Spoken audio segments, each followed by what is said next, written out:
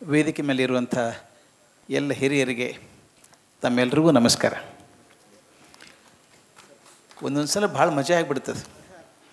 ಭಾಳ ವ್ಯಾಕರಣ ಸೀರಿ ಮಾತಾಡಿದಾಗ ಕಷ್ಟ ಆಗ್ತದೆ. ನನಗೊಂದು ವಿಚಿತ್ರ ಅಂದರೆ, ದಾವಣಗೆರೆ ಆ ಕಡೆ ಹೋದ್ರೆ ಈ ಕಡೆ ಮಾತು ಬರೋದಿಲ್ಲ, ದಾವಣಗೆರೆ ದಾಟಿ ಈ ಕಡೆ ಬಂದರೆ ಆ ಕಡೆ ಮಾತು ಬರೋದಿಲ್ಲ. ನಾವು ಈ ಕಡೆ ಮಾತೇ ಮಾತಾಡೋದು ಚಲೋ ಅಲ್ಲ. ದಿಲೀಪ್ ಒಂದು ವಿಚಿತ್ರ ಮನುಷ್ಯ. ಎರಡೆರಡು ಸೇರಿಸ್ಬಿಡ್ತಾರೆ ಅವರು. ಆ್ಯಕ್ಚುಲಿ ಇವತ್ತು ಪತ್ರಕರ್ತರ ದಿನಾಚರಣೆ ಮಾಡಬೇಕು ಜುಲೈ 1ಗೆ ಅಂತದು. ಆಗಲೇ ಸಾಹೇಬ್ರು ಹೇಳಿದರು 1843ನೇ ಇಸ್ವಿ ಜುಲೈ 1ನೇ ತಾರೀಕಿಗೆ ಮೊದಲ ಕೈ ಬರಹದ ಪತ್ರಿಕೆ ಬಂತು, ಮಂಗಳೂರು ಸಮಾಚಾರ ಅಂಥೇಳಿ ಬಾಸಲ್ ಮಿಷನ್ ಸಂಸ್ಥೆಯವರು ತಂದದ್ದು. ಅಲ್ಲಿಂದ ಅದು ನೆನಪಿಗೋಸ್ಕರ ಪ್ರತಿ ವರ್ಷ ಪತ್ರಿಕಾ ದಿನಾಚರಣೆ ಅಂತ ಮಾಡ್ತಾರೆ. ಅವರೇನು ಮಾಡಿದ್ರು, ಇಬ್ಬರನ್ನೂ ಸೇರಿಸ್ಬಿಟ್ರು.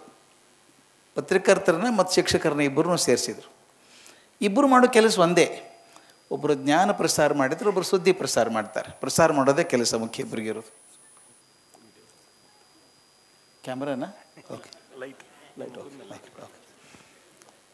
ನಾ ಯಾವಾಗಲೂ ಫೋಟೋಗ್ರಾಫರ್ನ ಮೆಚ್ಚಿದಷ್ಟು ಯಾರನ್ನೂ ಮೆಚ್ಚಂಗಿಲ್ಲ. ನೀವು ನಂಬಲಿಕ್ಕಿಲ್ಲ, ಫೋಟೋಗ್ರಾಫರ್ಗೆ ಇರುವಷ್ಟು ಧೈರ್ಯ ಯಾರಿಗೂ ಇರೋದಿಲ್ಲ. ಪ್ರೈಮ್ ಮಿನಿಸ್ಟರ್ ಸ್ವಲ್ಪ ಈ ಕಡೆ ಸರಿ ಸರ್ ಅಂತಾರೆ ಅವರು. ಯಾರೂ ಹೇಳಲಿಕ್ಕೆ ಸಾಧ್ಯ ಇಲ್ಲ. ಪ್ರೈಮ್ ಮಿನಿಸ್ಟ್ರಿಗೆ ಮಾತು ಹೇಳೋರು ಫೋಟೋಗ್ರಾಫರ್ ಒಬ್ಬರೇ. ಇದು ಮಜಾ ಆಯ್ತು. ಇವತ್ತು ನಾನು ಸೀದಾ ಏರ್ಪೋರ್ಟಿಂದ ಇಲ್ಲೇ ಬಂದದ್ದು. ಅಲ್ಲೊಂದು ಗುರುತಿನವ್ರು ಭಾಳ ಮಂದಿ ಇದ್ದರು. ಪ್ಲೇನಾಗಿ ಇಳಿದವರು, ತುಂಬ ಪರಿಚಯದವರು, ಬೆಳಗಾವಿ ಭಾಳ ಪ್ರಸಿದ್ಧರಾದವರು, ರಾಜಕಾರಣದಲ್ಲಿ ದೊಡ್ಡವರು ಎಲ್ಲ ಇದ್ದಾರೆ. ನಾನು ಗುರುತೇ ಹಿಡಿಲಿಲ್ಲ ಅವರು. ಹಿಂದಾಗ ವರ್ಷ ಕರ್ಜಿಗೆ ಅವರಲ್ಲ ಅಂದರು. ಯಾಕ್ರಿ ಗುರುತು ಹತ್ತಲಿಲ್ಲ ಅಂತ ಕೇಳಿದೆ. ಕೋಟ್ ಹಾಕ್ಕೊಂಡಿಲ್ಲಲ್ರಿ. ನನಗೊಳ್ಳೆ ಫಜೀತ್ ಆಗಿಬಿಟ್ಟದು. ಇಲ್ಲಿ ಬಂದಮೇಲೆ 2-3 ಜನ ಕೇಳಿದರು, ಸರ್ ಕೋಟ್ ಯಾಕೆ ಹಾಕ್ಕೊಂಡಿಲ್ಲ. ನನಗೆ ಎಷ್ಟು ಒಂಥರ ಕಿರಿಕಿರಿ ಆಗಿಬಿಡ್ತದೆ ಅದು. ಬೀದರ್ಗೆ ಒಂದು ಲಗ್ನಕ್ಕೆ ಹೋಗಿದ್ದೆ. ಪಾಪ ಅವ್ರು ಬರಲೇಬೇಕು ಅಂತ ಹಠ ಹಿಡಿದು ಹೋಗಿದ್ರು. ನಾ ವಿಮಾನ ನಿಲ್ದಾಣ ಇಳಿದವ್ರು ಲಗ್ನ ಮಂಟಪಕ್ಕೆ ಹೋದ ಕೂಡಲೇ ಆ ಹುಡುಗಿ ಅಪ್ಪು ಬಂದವ ಮೊದಲು ಕೇಳಿದ್ದು, ನನಗೆ ಆರಾಮಿದ್ದಿರಲಿಲ್ಲ ಅಂತ ಕೇಳಲಿಲ್ಲ. ನಾವು ಕೋಟ್ ಯಾಕೆ ಹಾಕ್ಕೊಂಡಿಲ್ಲ ರೀ. ನಂದು ಕೋಟ್ ಯಾಕಪ್ಪ ಅಂದೆ. ಸರ್ ಗುರುತೇ ಹತ್ತೋದಿಲ್ಲ ಸರ್, ಆಲ್ಬಮ್ ತೋರಿಸ್ತೀವಿ ಮುಂದೆ ಗುರುತೇ ಹತ್ತಂಗಿಲ್ಲ ರೀ ಅಂದರು. ಹದ್ದಿದ್ರೆ ಭಾಳ ಚಲೋ ಆದ್ಬಿಡ ಅಂತ ಹೇಳಿದೆ. ಇವತ್ತಿನ ದಿವಸ 2 ಸಮಾರಂಭ ಒಂದೇ ಕಡೆ ಸೇರಿಕೊಂಡ. ಪತ್ರಕರ್ತರು ಅನ್ನೋದು ಭಾಳ ದೊಡ್ಡ ಕೆಲಸ. ಅಂಥ ಕೆಲವು ಪತ್ರಕರ್ತರಿಗೆ ಬದುಕುವಂಥ ನನಗೆ ಭಾಗ್ಯ ನನಗಿತ್ತು. ಹತ್ತಿರದಿಂದ ನೋಡಿದವ ನಾನು. ಮೊಟ್ಟ ಮೊದಲು ನಾನು ನೆನೆಸ್ಕೋಬೇಕಾದದ್ದು ಡಾಕ್ಟರ್ ಡಿ ವಿ ಗುಂಡಪ್ಪನವರು. ಬಹುದೊಡ್ಡ ಪತ್ರಕರ್ತರಾಗಿದ್ದವರು. ತಾವು ಗಮನಿಸಿರಬೇಕು. ಅವ್ರು ಹೇಳ್ತಾರೆ, ನಾನು ಸಾಹಿತಿ ಆಗಬೇಕು ಅಂತ ಬಂದವಲ್ಲ, ಹೊಟ್ಟೆ ಪಾಡಿಗೆ ಪತ್ರಕರ್ತ ಆದೆ ನಾನು ಅಂತ ಹೇಳ್ತಾರೆ. ಆದರೆ ಪತ್ರಕರ್ತ ಆದರೆ ಅವ್ರಂಗೆ ಆಗಬೇಕು ನಿಮ್ಗೆ ಆಸೆ ಇರಬೇಕು. ಇಲ್ಲಿ ಹೊಸಬರಿದ್ದೀರಿ, ಸಾಕಷ್ಟು ಮಂದಿ ತರುಣರಿದ್ದೀರಿ, ಹೊಸದಾಗಿ ಬರೀತಿರ್ತೀರಿ, ಅಥವಾ ಒಂದು 10 ವರ್ಷ ಅನುಭವ ಆದರೂ ಕೂಡ ನಿಮ್ಮ ಕಣ್ಣು ಮುಂದೆ ಮಾದರಿ ಅಂಥವ್ರು ಇರಬೇಕು, ಸಣ್ಣ ಸಣ್ಣ ಮಾದರಿ ಇರಬಾರ್ದು. ಏನೋ ಬರೆದು ಪ್ರಖ್ಯಾತಿ ಪಡ್ಕೊಳ್ಳೋದು ದೊಡ್ಡದಲ್ಲ. ಏನು ಬರೀಬೇಕೋ ಅದನ್ನೇ ಬರೀಬೇಕು. ಎಷ್ಟರ ಮಟ್ಟಿಗೆ ಅಂದರೆ, ಕೆಂಗಲ್ ಹನುಮಂತಯ್ಯನವ್ರು ಹೇಳ್ತಿದ್ರಂತೆ, ಗುಂಡಪ್ಪ ಏನು ಹೇಳ್ತಾರೆ ಕೇಳ್ಕೊಂಬರ್ರಿಪ್ಪ ಮೊದಲ. ಯಾಕಂದರೆ ಗುಂಡಪ್ಪಗೇನು ನಿರ್ದಾಕ್ಷಿಣ್ಯ, ಅದು ಮುಲಾಜೆ ಇಲ್ಲ. ಏನು ಬರೀಬೇಕು ಅದನ್ನೇ ಬರೀಬೇಕು. ಮತ್ತೊಬ್ಬರು ಪ್ರೀತಿಗೋಸ್ಕರ, ಮತ್ತವ್ರು ಮೆಚ್ಚಿಸೋಗೋಸ್ಕರ, ಯಾರನ್ನೋ ಟೀಕೆ ಮಾಡೋಕ್ಕೋಸ್ಕರ ಬರೆದ್ರೆ ಪತ್ರಕರ್ತರಲ್ಲ. ಅದು ಎಲ್ಲೋ ಜರ್ನಲಿಸಮ್ ಅಂತಾರೆ. ಅದು ಎಲ್ಲೋ ಜರ್ನಲಿಸಮ್ ಬೇಕಾಗಿಲ್ಲ. ನಿಮಗೆ ಯಾವಾಗಲೂ ಮರ್ಯಾದೆ ಸಿಗಬೇಕಾದ್ರೆ ವಸ್ತುನಿಷ್ಠವಾದಂಥ ವರದಿಯನ್ನು ಮಾಡಬೇಕು. ಆಗಲೇ ಭಾಳ ಚಂದ ಹೇಳಿದರು. ಚಲೋ ಬರೆದ್ರೆ ಮಂದಿ ಓದೋದಿಲ್ಲ. A.G. ಗಾರ್ಡ್ನರ್ ಅಂತ ಒಬ್ಬಿದ್ದ, ಅವನು ಬರೆದಿದ್ದ, if dog bites A man it is not A news, if man bites A dog it is news. ನಾಯಿ ಮನುಷ್ಯ ಕಡಿದೇನು ದೊಡ್ಡದಲ್ಲ, ಅದೇನು ಸುದ್ದಿ ಆಗೋದಿಲ್ಲ, ಪೇಪರ್ನೇ ಬರೋದೇ ಇಲ್ಲ. ಆದರೆ ಮನುಷ್ಯ ನಾಯಿ ಕಡ್ದ ಅಂದರೆ ಪೇಪರ್ನೇ ಬರ್ತದೆ. ಅಂದರೆ ಏನು ಅರ್ಥ ಆಯಿತು? ನಾವು ಅಸಾಧಾರಣವಾದದ್ದನ್ನು, ಅಸಾಮಾನ್ಯವಾದದ್ದನ್ನು, ವಿಚಿತ್ರವಾದದ್ದನ್ನು ಮಾತ್ರ ಅಪೇಕ್ಷೆ ಪಡ್ತೀವಿ ಅಂದಂಗೆ ಆಯಿತು. ಅದಿರಲಿ, ಒಂದು ಕಾಲಮ್ ಇರುವಲ್ ತಕ್ಕ. ಆದರೆ ಜೀವನದ ಮುಖ್ಯ ಉದ್ದೇಶ ಅದಲ್ಲ. ಒಂದು ಮಾತನ್ನು ಹೇಳಿಬಿಡ್ಬೇಕಿಲ್ಲ. ಡಾಕ್ಟರ್ ಕಲಾಂ ಅವರು 2001ಕ್ಕೆ ನಾನು ಪರಿಚಯ ಆದದ್ದು. ರಾಷ್ಟ್ರಪತಿ ಆಗಿರಲಿಲ್ಲ ಇನ್ನು, ಆವಾಗಲೇ ಪರಿಚಯ ಆದದ್ದು. ಒಂದು ಸಲ ಡಾಕ್ಟರ್ ಕೆ ಅನ್ನೋರು ನನಗೆ, ಅವ್ರು ಬೇರೆ ಡಾಕ್ಟರ್ ಕೆ ಅಂತ ಕರೀತಿದ್ರು. Doctor K, why people are so negative. ಜನ ಇಷ್ಟ್ಯಾಕೆ ಋಣಾತ್ಮಕ ಚಿಂತೆ ಮಾಡ್ತಾರೆ ಅಂತಂದರು. ನಾ ಇದೇ ಧನಾತ್ಮಕ ಸಿಕ್ಕಿಲ್ಲ ಭಾಳಷ್ಟು ಅವ್ರಿಗೆ. ನೀವು ನಂಬಲಿಕ್ಕಿಲ್ಲ, ಅವರೊಂದು ಪೇಪರ್ ಮಾಡಿದರು, ಗುಡ್ ಅಂತ ಪೇಪರ್, ಎಲೆಕ್ಟ್ರಾನಿಕ್ ಪೇಪರ್, ಪ್ರಿಂಟ್ ಮಾಡೋಂಗಿಲ್ಲ, ಈ ಪೇಪರ್ ಮಾಡೋದು. ನಾವು 3 ಜನ ಸಬ್ ಎಡಿಟರ್ಸ್, ಅದಕ್ಕೆ ಅವ್ರು ಮೇನ್ ಎಡಿಟರ್. ನಮ್ಮ ಕೆಲಸ ಏನು ಅಂದರೆ, ಈ ವಾರದೊಳಗೆ ಜಗತ್ತಿನಾಗ ಏನು ಚಲೋ ಆಯ್ತು ಅಂತ. ಕೆಟ್ಟ ಆತ ಬರೆಯೋಂಗಿಲ್ಲ, ಕೆಟ್ಟ ಬರೆಯೋರು ಭಾಳ ಮಂದಿ ಇದ್ದಾರೆ. ಈ ವಾರ ಜಗತ್ತಿನಾಗ ಏನೇನು ಚಲೋ ಆಯ್ತು ಅಂತ 3 ಮಂದಿ ಬರೀತಿದ್ವಿ. ಅದನ್ನೆಲ್ಲ ಸೇರಿಸಿ ಒಂದು ಪೇಪರ್ ಮಾಡ್ತಿದ್ರು. ನೀವು ನಂಬಲಿಕ್ಕಿಲ್ಲ, ಒಂದು ವರ್ಷದಾಗ ಸುಮಾರು 1.5 ಲಕ್ಷ ಮಂದಿ ಮೆಂಬರ್ಸ್ ಆಗಿದ್ರು ಅದಕ್ಕೆ. ನನಗೆ ಹೇಳಿದ್ರು, ಯು ಆರ್ ರೈಟ್ ಸರ್. ನಾನು ಹೇಳೋದು, you are right people want to see good things, ಸಿಗ್ತಾ ಇಲ್ಲ ಅವ್ರಿಗೆ. ದಯವಿಟ್ಟು ಬರೀರಿ ಸರ್, ಜಗತ್ತಿನಾಗ ಎಷ್ಟು ಒಳ್ಳೇದಾಗ್ತದೆ. ನಮ್ಮ ದುರ್ದೈವ ಅಂದ್ರೆ ಯಾವುದೋ ಒಬ್ಬ ರಾಜಕಾರಣಿಗೆ ನೆಗಡಿ ಆಗಿ ಜ್ವರ ಬಂದರೆ ಫಸ್ಟ್ ಪೇಜ್ನ ಸುದ್ದಿ ಬರ್ತದೆ. ಒಬ್ಬ ಆಟೋ ರಿಕ್ಷಾ ಡ್ರೈವರ ನೋಡ್ತಾನೆ, ತಿರುಗಿ ಹೆಣ್ಮಗಳು ಪರ್ಸ್ ಬಿಟ್ಟು ಹೋಗ್ಯಾಳ, ಅದು 4 ಲಕ್ಷ ರೂಪಾಯಿದ ಆಭರಣದ, ಆ ಹುಡುಕಾಡು ಮನೆಗೆ ಹೋಗಿ ಕೊಟ್ಟು ಬರ್ತಾನೆ. ಅದು ಎಂದೂ ಮೊದಲೇ ಪೇಜಿಗೆ ಬರೋದಿಲ್ಲ ಸುದ್ದಿ, 8ನೇ ಪೇಜ್ ಕಡಿಕೆ ಬರ್ತದೆ. ಯಾಕೆ ನಮ್ಮ ಪ್ರಯಾರಿಟಿ ತಪ್ಪಾಗಿಲ್ಲ? ನಮ್ಮ ಮಕ್ಕಳಿಗೆ ಏನು ಕೊಡ್ಬೇಕಂತ ಮಾಡೀವಿ, ಜಗತ್ತಿಗೆ ಏನು ಕೊಡ್ಬೇಕಂತ ಮಾಡೀವಿ? ಸುದ್ದಿ ಅಂದ್ರೆ ಮಾರೋ ಸುದ್ದಿ ಒಂದೇನು? ಯಾವುದು ಮಾರ್ತದ ಅದು ಸುದ್ದಿ ಆಗಿಬಿಟ್ಟದೆ ಈಗ ದುರ್ದೈವಕ್ಕೆ. ಮಾರೋ ಸುದ್ದಿ ಅಲ್ಲ, ಸುದ್ದಿ ಬೇರೆಯೇ. ಅದಕ್ಕೆ ನಾನು ಹೇಳೋದು ನಿಮ್ಮಲ್ಲಿ, ಬರೆಯೋದಕ್ಕಿಂತ ಮೊದಲು ಒಂಚೂರು ವಿಚಾರ ಮಾಡಿರಿ, ಏನು ಬರೀತೀರಿ ಅಂತ ವಿಚಾರ ಮಾಡಿರಿ. ನನಗೆ ಮಾಸ್ತಿ ಒಂದು ಬುದ್ಧಿ ಕಲಿಸಿದ್ರು. ಮಾಸ್ತಿ ಅನದರ ಪತ್ರಕರ್ತ, ದೊಡ್ಡ ಪತ್ರಕರ್ತ, ಜೀವನ ಅಂತ ಒಂದು ಪತ್ರಿಕೆ ನಡೆಸಿದವರು, ಬಹು ದೊಡ್ಡ ಪತ್ರಿಕೆ ನಡೆಸಿದವರು ಮಾಸ್ತಿಯವರು. ಅಡ್ಮಿನಿಸ್ಟ್ರೇಟರ್ ಆಗಿದ್ದವರು, ಮೈಸೂರು ಮಹಾರಾಜರಾಗ ಮಹಾರಾಜರ ನಂತರ 4ನೇ ಮಟ್ಟ ಅವ್ರದ್ದೇ, ಅಂಥ ದೊಡ್ಡ ಸ್ಥಾನದಾಗಿದ್ದಂಥ ಮಾಸ್ತಿಯವರು. ನಾನು ಒಂದು ಲೇಖನ ಬರೀ ಅಂತ ಹೇಳಿದರು. ನಾ ಹುಡುಗ ಅವಾಗೇನ ಒಂದು ಲೇಖನ ಬರೆದು ಕೊಟ್ಟೆ, ಪಬ್ಲಿಷ್ ಮಾಡಿದರು. ಮಾಡಿ ಒಂದು ವಾರ ಆದಮೇಲೆ ಕರೆದ್ರು, ನಾನು ಬಾಯಿಲೆ ಕೂಡ್ರಿ ಇಲ್ಲಿ ಅಂತ ಕೇಳಿದ್ರು. ಮೇಷ್ಟ್ರೆ ಅನ್ನೋರು. ನಾನು, ಮೇಷ್ಟ್ರೆ ಈ ಲೇಖನ ಯಾರಿಗೆ ಬರೆದ್ರಿ ಅಂತ ಕೇಳಿದರು. ನೀವೇ ಕೇಳಿದ್ರಲ್ಲ ಸರ್ ಅಂದೆ. ನಾ ಕೇಳಿದೆ ಸರಿ, ಯಾರು ಓದ್ತಾರೆ ಇದನ್ನು ಅಂತ ಕೇಳಿದರು. ಯಾರು ಓದ್ತಾರೆ ಗೊತ್ತಿಲ್ಲ ರೀ ನನಗೆ ಅಂದೆ. ಇನ್ನು ಮುಂದೆ ಬರೀಬೇಕಾದ್ರೆ ಯಾರು ಓದ್ತಾರೆ ಅನ್ನೋದು ಮನಸ್ಸಿನಾಗ ಇಟ್ಕೊಂಡು ಬರೀರಿ. ಎಂಥ ಚಂದ ಮಾತದು, ಯಾರು ಓದ್ತಾರೆ ಮನುಷ್ಯನ ಬರೀರಿ. ಒಂದು ಮಾತು ಹೇಳಿದರು, ನೀವು ಬರ್ದದ್ದು ಭಾಳ ಚಂದ ಬರ್ತೀರಿ, ಭಾಷೆ ಭಾಳ ಚಂದದ, ಅದು ಎಷ್ಟು ಮಂದಿಗೆ ಅರ್ಥ ಆಗ್ತದೆ ಗೊತ್ತಿಲ್ಲ. ನಾವು ಓದೋದ್ರೊಳಗೆ 2 ಪಂಗಡವ. ಒಂದು ಪಂಡಿತರಿದ್ದಾರೆ, ಅಸಾಧ್ಯ ಪಂಡಿತರು ಅವರು, 5% ಇದ್ದಾರೆ ನಮ್ಮಲ್ಲಿ. ಅವರು 95% ಪಂಡಿತರಲ್ಲ. ಅವ್ರೊಂದು ಮಾತು ಹೇಳಿದರು, ನಮ್ಮ ಕರ್ನಾಟಕದ ಒಬ್ಬ ಹೆಣ್ಮಗಳಿದ್ದಾಳೆ, ಆಕೆ ಓದಲಿಕ್ಕೆ ಬರಲಿಕ್ಕೆ ಬರ್ತದೆ, ಶಾಣಕ್ಕೆ ಅಲ್ಲಕ್ಕೆ ಓದ್ಲಿಕ್ಕೆ ಬರಲಿಕ್ಕೆ ಬರ್ತದೆ. ನೀವು ಬರೆದದ್ದು ಆಕೆಗೆ ಅರ್ಥ ಆತಂದ್ರೆ 95% ಮಂದಿಗೆ ಮುಟ್ತದೆ. ನೀವು ಪಂಡಿತರಿಗೆ ಮಾತ್ರ ಬರೆದ್ರೆ 5% ಮಂದಿಗೆ ಮಾತ್ರ ಮುಟ್ತದೆ, 95ಕ್ಕೆ ಮುಟ್ಟೋದಿಲ್ಲ. ನೀವು ಬರೀಬೇಕಾದ್ರೆ ನಿಮ್ಮ ಭಾಷಾ ಸರಿಯಾದೇನು ನೋಡ್ಕೊಳ್ರಿ. ಬರೆದ ಇನ್ನೂ ಸುಲಭ ಮಾಡ್ಲಿಕ್ಕೆ ಆಗ್ತಾಯಿಲ್ಲ ನೋಡಿರಿ, ಕಷ್ಟದ ಪದ ತೆಗೆದು ಹಾಕಿರಿ. ಇನ್ನೂ ಸುಲಭ ಮಾಡಿರಿ, ಇನ್ನೂ ಸುಲಭ ಮಾಡಿರಿ, ಇನ್ನೂ ಸುಲಭ ಮಾಡಿರಿ. ಇನ್ನು ಇದಕ್ಕಿಂತ ಸುಲಭ ಮಾಡ್ಲಿಕ್ಕೆ ಸಾಧ್ಯ ಇಲ್ಲ ಅಂದರೆ ಪ್ರೆಸ್ಸಿಗೆ ಕಳಿಸ್ರಿ ಪ್ರಿಂಟ್ ಮಾಡಲಿಕ್ಕೆ ಅಂತ. ನನಗೆ ಎಂಥ ದೊಡ್ಡ ಬುದ್ಧಿ ಬಂತು ಅವತ್ತಿಂದ ಅಂದರೆ, ಈಗ ಸುಮಾರು ನಾನು ನೆನಪಿಲ್ಲ, ನನಗೆ 2900 ಕಾಲಮ್ ಏನೋ ಬರೆದೀನಿ. ನನಗೆ ಪಬ್ಲಿಷ್ ಆದದ್ದು 2900 ಕಾಲಮು. ಆದ್ರೆ ಪ್ರತಿ ಸಲ ಬರಬೇಕು ಮಾಸ್ತಿ ಚಿತ್ರ ಕಣ್ಮುಂದೆ ಬರ್ತದೆ.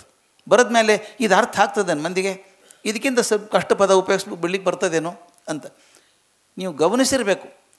ಭಾಳ ಒಳ್ಳೆಯ ಬರಹಗಾರ ಯಾವಾಗಲೂ ತುಂಬ ಸುಲಭದ ಭಾಷೆ ಬರೀತಾರೆ. ವಿಮರ್ಶಕರು ಮಾತ್ರ ಅರ್ಥ ಆಗಲಾರ್ದಂಥದ್ದು ಬರೀತಾರೆ. ಅವು ಕೋರ್ಟಿನ ಜಜ್ಮೆಂಟ್ ಇದ್ದಂಗೆ ಇರ್ತಾವೆ. ಕಡೆಗೆ ನೀವು ಏನು ಹೇಳಿದಿರಿ ಅಂತ ಅವ್ರನ್ನೇ ಕೇಳ್ಬೇಕು.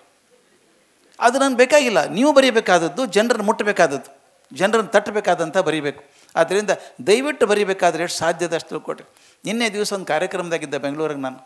ಸಿದ್ದವನಹಳ್ಳಿ ಕೃಷ್ಣ ಶರ್ಮ ಹೆಸರು ಕೇಳಿದ್ದೀರಿ ನೀವು, ಕೇಳಬೇಕು ನೀವು. ಅವ್ರು one of the finest journalist our country has ever produced. Siddavanahalli Krishna Sharma Gandhi ಜೊತೆಗಿದ್ದಂಥವ್ರು, ವಾರ್ಧಾದಾಗ ಅವ್ರ ಜೊತೆಗಿದ್ದಂಥವ್ರು.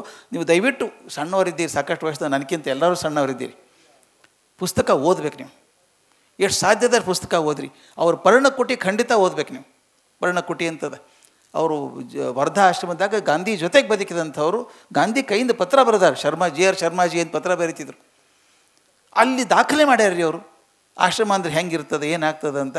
ಅದಕ್ಕಿಂತ ಅದ್ಭುತವಾದ ವರದಿ ಬರಲಿಕ್ಕೆ ಸಾಧ್ಯ ಇಲ್ಲ, ಅಷ್ಟು ಚಂದ ಬರೆದಾರೆ. ತಾವು ಎಷ್ಟು ಮಂದಿ ಕೃಷ್ಣಾವತಾರ ಓದಿರೋ ಗೊತ್ತಿಲ್ಲ. ಸಿದ್ದವನಹಳ್ಳಿ ಕೃಷ್ಣ ಶರ್ಮ ಬರೆದದ್ದು.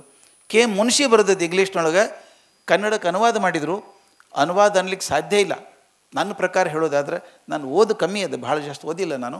ಆದರೆ 3 ಅನುವಾದಗಳು ಒರಿಜಿನಲ್ಗಿಂತ ಚಲೋ. 3 ಅನುವಾದ ನನ್ನ ಮಟ್ಟಿಗೆ. ಮೊದಲನೇದು ವಿವೇಕಾನಂದರು ಬರೆದಂಥದ್ದು. ಸ್ವಾಮಿ ವಿವೇಕಾನಂದರು ಬರೆದದ್ದು ಸಾಮ್ ಆಫ್ ಸನ್ಯಾಸಿನ್ಸ್ ಅಂತ. ಅದನ್ನು ಕನ್ನಡಕ್ಕೆ ಕುವೆಂಪು ಮಾಡಿದರು. ಸನ್ಯಾಸಿ ಗೀತೆ ಅಂತ ಮಾಡಿದರು. ತಾವು ಕೇಳಿರಬೇಕು, 7 ಮೇಲೇಳು 7 ಸಾಧುವೆ ಹಾಡು ತ್ಯಾಗಿಯ ಹಾಡನು. ನಮ್ಮ ಪುರುಷೋತ್ತಮಾನಂದಜಿ ಅದು ಹಾಡು ಕೂಡಿಸಿ ಹಾಡಿದರು, ಅದ್ಭುತ ಹಾಡಿದರು. ನನ್ನ ಪ್ರಕಾರ ಅದು ವಿವೇಕಾನಂದರೇ ಬರೆದಿದ್ದರೂ ಕೂಡ ಪುಟ್ಟಪ್ಪನವರ ಅನುವಾದ ವಿವೇಕಾನಂದ ಒರಿಜಿನಲ್ಗಿಂತ ಚೆನ್ನಾಗಿದೆ. ಎರಡನೇದ್ದು ಅನುವಾದ ಅತ್ಯಂತ ಚೆನ್ನಾಗಿರೋದಂದರೆ ಕಾರ್ಡಿನಲ್ ನ್ಯೂಮನ್ ಬರೆದ, lead kindly light amidst the encircling gloom lead thou me on ಅಂತ ಬರೆದ. ಅದನ್ನು ಕನ್ನಡಕ್ಕೆ BM ಶ್ರೀಕಂಠಯ್ಯನವರು ಕರುಣಾಳು ಬಾ ಬೆಳಕೆ ಮುಸುಕಿದಿ ಮಬ್ಬಿನಲ್ಲಿ ಕೈ ಹಿಡಿದು ನಡೆಸ್ತೇನೆ. ಏನು ಅನುವಾದ ರೀ ಅದು. ಹಾಗೆ K. ಮುನ್ಷಿ ಬರೆದಂಥ ಕೃಷ್ಣಾವತಾರವನ್ನು ನಮ್ಮ ಸಿದ್ದವನಹಳ್ಳಿ ಕೃಷ್ಣ ಶರ್ಮ ಕನ್ನಡಕ್ಕೆ ಮಾಡಿದರು. ಸಣ್ಣ ಸಣ್ಣ ಸಣ್ಣ ಸಣ್ಣ ಮಾತುಗಳು, ಸಣ್ಣ ಸಣ್ಣ ಪದಗಳು. ಅದನ್ನೇ ಖಾದ್ರಿ ಶಾಮಣ್ಣವ್ರು ಫಾಲೋ ಮಾಡಿದ್ರು ಮುಂದೆ. ಸಣ್ಣ ಸಣ್ಣ ಸಣ್ಣ ಸಣ್ಣ ಮಾತು, ದೊಡ್ಡ ದೊಡ್ಡ ಸೆಂಟೆನ್ಸ್ ಇಲ್ಲೇ ಇಲ್ಲ. ಒಂದೊಂದು ಸೆಂಟೆನ್ಸ್ ಶುರು ಆದರೆ ಯಾವಾಗ ಮುಗಿತಾವ ಗೊತ್ತಾಗೋದಿಲ್ಲ. ಅದು ದಯವಿಟ್ಟು ಹೇಳೋದು, ಪತ್ರಕರ್ತರಾದವ್ರ ಉದ್ದೇಶ ಏನು ಅಂದರೆ ಯಾರನ್ನು ಮುಟ್ಟಬೇಕೋ ಅವ್ರನ್ನ ಮುಟ್ಟಬೇಕು, ಹೇಗೆ ಮುಟ್ಟಬೇಕೋ ಹಾಗೆ ಮುಟ್ಟಬೇಕು.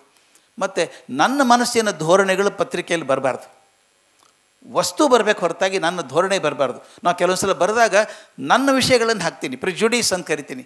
ನನ್ನ ಚಿಂತನೆಗಳನ್ನು, ನನ್ನ ಮನಸ್ಸಿನ ಒಗರುಗಳನ್ನು, ಸೊಗರುಗಳನ್ನು ಅದರಲ್ಲಿ ಸೇರಿಸ್ತೀನಿ ಭಾಷೆಯೊಳಗೆ. ಅದಲ್ಲ, ನಾನು ಕನ್ನಡಿ ಆಗಿರಬೇಕಾದದ್ದು ಮುಖ್ಯ. ಇದ್ದದ್ದನ್ನು ಪ್ರಚಾರ ಮಾಡಬೇಕು ಹೊರತಾಗಿ ನನ್ನ ಮನಸ್ಸಿನ ಧೋರಣೆಗಳನ್ನು ಹಾಕಿ ಮತ್ತೊಬ್ಬರ ತಲೆ ಮೇಲೆ ಭಾರ ಹಾಕಬಾರ್ದು. ಇದು ಒಂದು ಭಾಗ ಆಯಿತು. ನನಗೆ ಹೇಳಿದರು, ಭಾಳ ಪ್ರೆಷರ್ ಇರ್ತದೆ ಪತ್ರಕರ್ತರಿಗೆ, ಟೈಮ್ ಮ್ಯಾನೇಜ್ಮೆಂಟ್ ಹೆಂಗೆ ಮಾಡ್ಕೋಬೇಕು ಅಂತ ಕೇಳಿದರು. ನಾನು ಹೇಳ್ತೇನೆ ಕೇಳಿರಿ, ಟೈಮ್ ಮ್ಯಾನೇಜ್ಮೆಂಟ್ ಅನ್ನೋದು ಇಲ್ಲ. It is only managing your self. Time manages it self. ನೀವೇನು ತಲೆ ಮಾಡಬೇಕಾಗಿಲ್ಲ. ಟೈಮ್ ಮ್ಯಾನೇಜ್ಮೆಂಟ್ ಪ್ರಶ್ನೆಯೇ ಇಲ್ಲ, ನಮ್ಮನ್ನು ನಾವು ಮ್ಯಾನೇಜ್ ಮಾಡ್ಕೋಬೇಕು. ಒಂದು ಸಣ್ಣ ಘಟನೆ ಹೇಳ್ಬಿಡ್ಬೇಕು. ನಾನು ಇದನ್ನು ಎಲ್ಲಿ ಹೇಳಿಲ್ಲ ಅನ್ನಿಸ್ತದೆ, ಹೇಳ್ಬೇಕು ಅದನ್ನು. ನಾನು ಸಣ್ಣ ವಯಸ್ಸಿಗೆ ಪ್ರಿನ್ಸಿಪಾಲ್ ಆಗಿಬಿಟ್ಟೆ ಕಾಲೇಜಿಗೆ. ದೈವೋ ದುರ್ದೈವೋ ಗೊತ್ತಿಲ್ಲ. 28 ವರ್ಷಕ್ಕೆ ಕಾಲೇಜ್ ಪ್ರಿನ್ಸಿಪಾಲ್ ಆಗಿಬಿಟ್ಟೆ ಬೆಂಗಳೂರಾಗ. ಅದು youngest principal in the country ಅವಾಗ. ಮತ್ತು ಹೊಸದಾಗಿ ಬಂದಾಗ ಹುಚ್ಚು ಭಾಳ ಇರ್ತದಲ್ಲ, ಹೊಸದಾಗಿ ಆಗಸ ಎತ್ತೆತ್ತಿ ಹೋಗೋದ ಅಂತ ಅನ್ನಂಗಿಲ್ಲ. ಹಂಗೆ ನಾನೇನೋ ಶಿಕ್ಷಣ ಬದಲಾಯಿಸ್ಬಿಡ್ತೀನಿ ಒಂದು ವರ್ಷದಾಗ ಅಂತೇನು ಓಡಾಡ್ತಿದ್ದೆ ಕಾಣಿಸ್ತದೆ, ಬಹಳ ಕೆಲಸ ಮಾಡ್ತಿದ್ದೆ ಅನ್ನಿಸ್ತದೆ. ಒಂದು ವರ್ಷ ಏನು ಗೊತ್ತಾಗಲಿಲ್ಲ, ಮರು ವರ್ಷದ ಮಜಾ ಆಯ್ತು. ಒಂದು ದಿವಸ ಮುಂಜಾನೆ ಎದ್ದಾಗ ನಾನು 2 ಕೈ ನನ್ನ ಕಂಟ್ರೋಲ್ನಾಗಿಲ್ಲ, ಹೀಗೆ ಜೋತಾಡ್ತಿದ್ದು. ನಾನು ಹೆಂಡತಿ ಮಕ್ಳಿಗೆ ಒಂದು ತಮಾಷೆ ಆದಂಗೆ ಆಯ್ತು. ಜೋ ಹಿಡಿತದಲ್ಲ ಕೈ, ಜೂಮ್ ಹಿಡಿಯಂಗಿಲ್ಲ, ಹಂಗೆ ಹಿಡಿದಂಥ ಚಿಮಟಿ ನೋಡಿದ್ರೆ ಒಳ್ಳೆ ಚಾನ್ಸ್ ಸಿಗ್ತಲ್ಲ ಚಿಮಟ್ಲಿಕ್ಕೆ. ಈಗ ಆತಿಲ್ಲ ಅಂದರು. ಒಂದು 5-6 ಮಿನಿಟ್ ತಮಾಷೆ ಆಗಿತ್ತು. 5-6 ಮಿನಿಟ್ ಆದ್ಮೇಲೂ ಸೆನ್ಸೇಷನ್ ಬರಲೇ ಇಲ್ಲ, ಕೈಗೆ ಸೆನ್ಸೇ ಇಲ್ಲ, ಹೀಗೆ ಜೋತಾಡೋದು, ಕಂಟ್ರೋಲೇ ಇಲ್ಲ. ಗಾಬರಿ ಆಯ್ತು. ಗಾಬರಿಯಾಗಿ ನನಗೆ ಗೊತ್ತಿದ್ದ doctor, very famous doctor, Indian cardiologist association president ಅವರು. ಅವ್ರಿಗೆ ಫೋನ್ ಮಾಡಿದ್ರು ನಮ್ಮ ತಂದೆ. ಅವ್ರು ನಾ ಬರ್ತೀನಿ ಇರೋ ಅಂತ ಬಂದೇ ಬಿಟ್ರು. ಅವರು ಒಂದು 20 ಮಿನಿಟ್ ಅದು ಬರಬೇಕಾದ್ರೆ ಅವ್ರು ಬಂದ ಮೇಲೆ ಸಹಿತ ನನ್ನ ಕೈ ಕಂಟ್ರೋಲ್ ಇಲ್ಲೇ ಇಲ್ಲ, ಸೆನ್ಸೇ ಇಲ್ಲ, ಮುಟ್ಟಿದ್ರೆ ಗೊತ್ತೇ ಆಗೋದಿಲ್ಲ, ಆ ಥರ ಜೋತಾಡ್ತಿತ್ತು. ಗಾಬರಿ ಆಗದೆ ಇರ್ತದೇನು ರೀ, 29 ವರ್ಷಕ್ಕೆ 2 ಕೈ ಇಲ್ಲ ಅಂದ್ರೆ ಹೆಂಗೆ?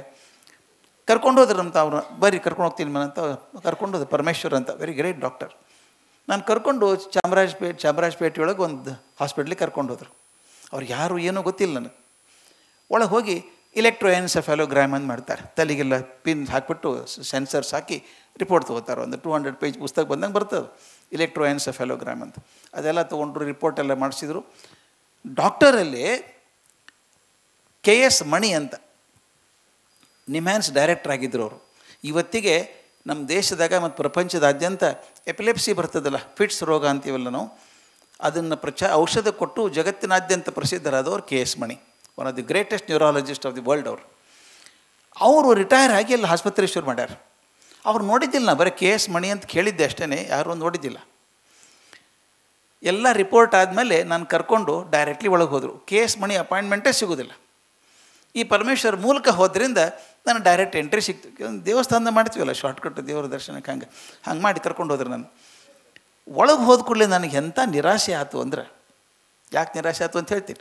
ಡಾಕ್ಟ್ರ್ ಅಂದ್ರೆ ಒಂದು ಚಿಂತೆ, ಮುಂದೆ ಚಿತ್ರ ಬರ್ತದರಪ್ಪ ಯಾವುದೋ ಒಂದು. ಸೊ ಸ್ಮಾರ್ಟ್ ಇರ್ತಾರೆ, ಎಪ್ರಾನ್ ಹಾಕ್ಕೊಂಡಿರ್ತಾರೆ, ಕೊಳ್ಳಾಗ ಒಂದು ಸ್ಟೆಥಿಸ್ಕೋಪ್ ಇರ್ತದೆ, ಮುಖ ನೋಡಿದ್ರೆ ಸಂತೋಷ ಇರ್ತದೆ, ನೀಟಾಗಿ ಕಾಣಿಸ್ತಾರೆ.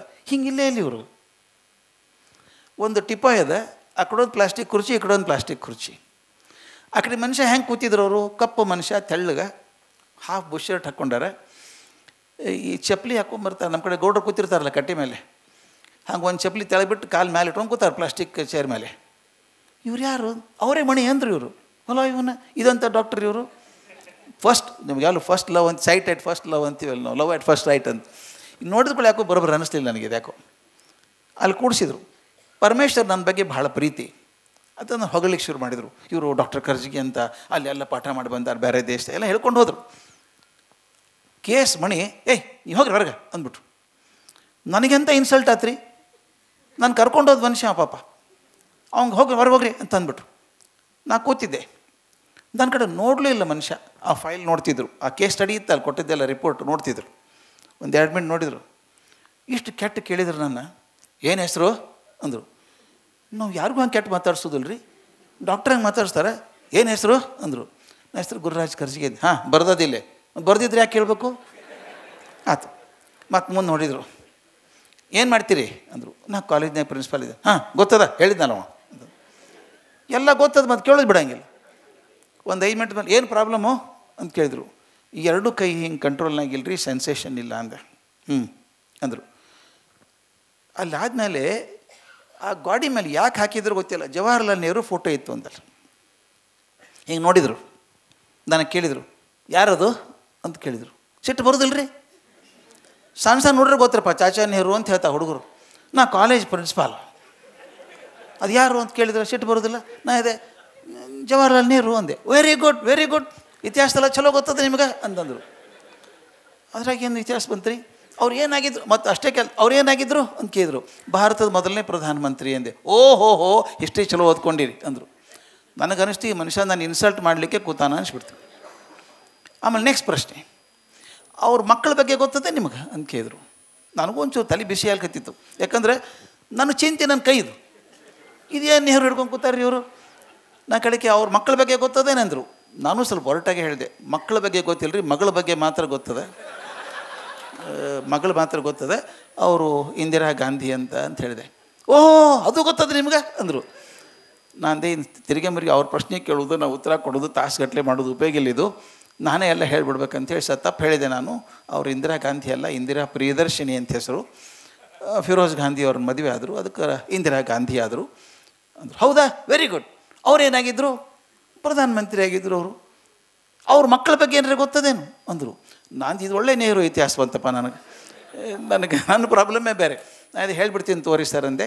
ಅವರಿಗೆ 2 ಮಕ್ಕಳು, ರಾಜೀವ್ ಗಾಂಧಿ, ಸಂಜಯ್ ಗಾಂಧಿ, ಎಲ್ಲ ಪೂರ್ತಿ ಅವ್ರ ಹೆಂಡಂದರು, ಅವ್ರ ಮಕ್ಕಳು ಎಲ್ಲ ಹೆಸರು ಹೇಳಿದ್ರು. ಇನ್ನೇನರ ಬೇಕೇನೋ ಅಂತ ಕೇಳಿದೆ.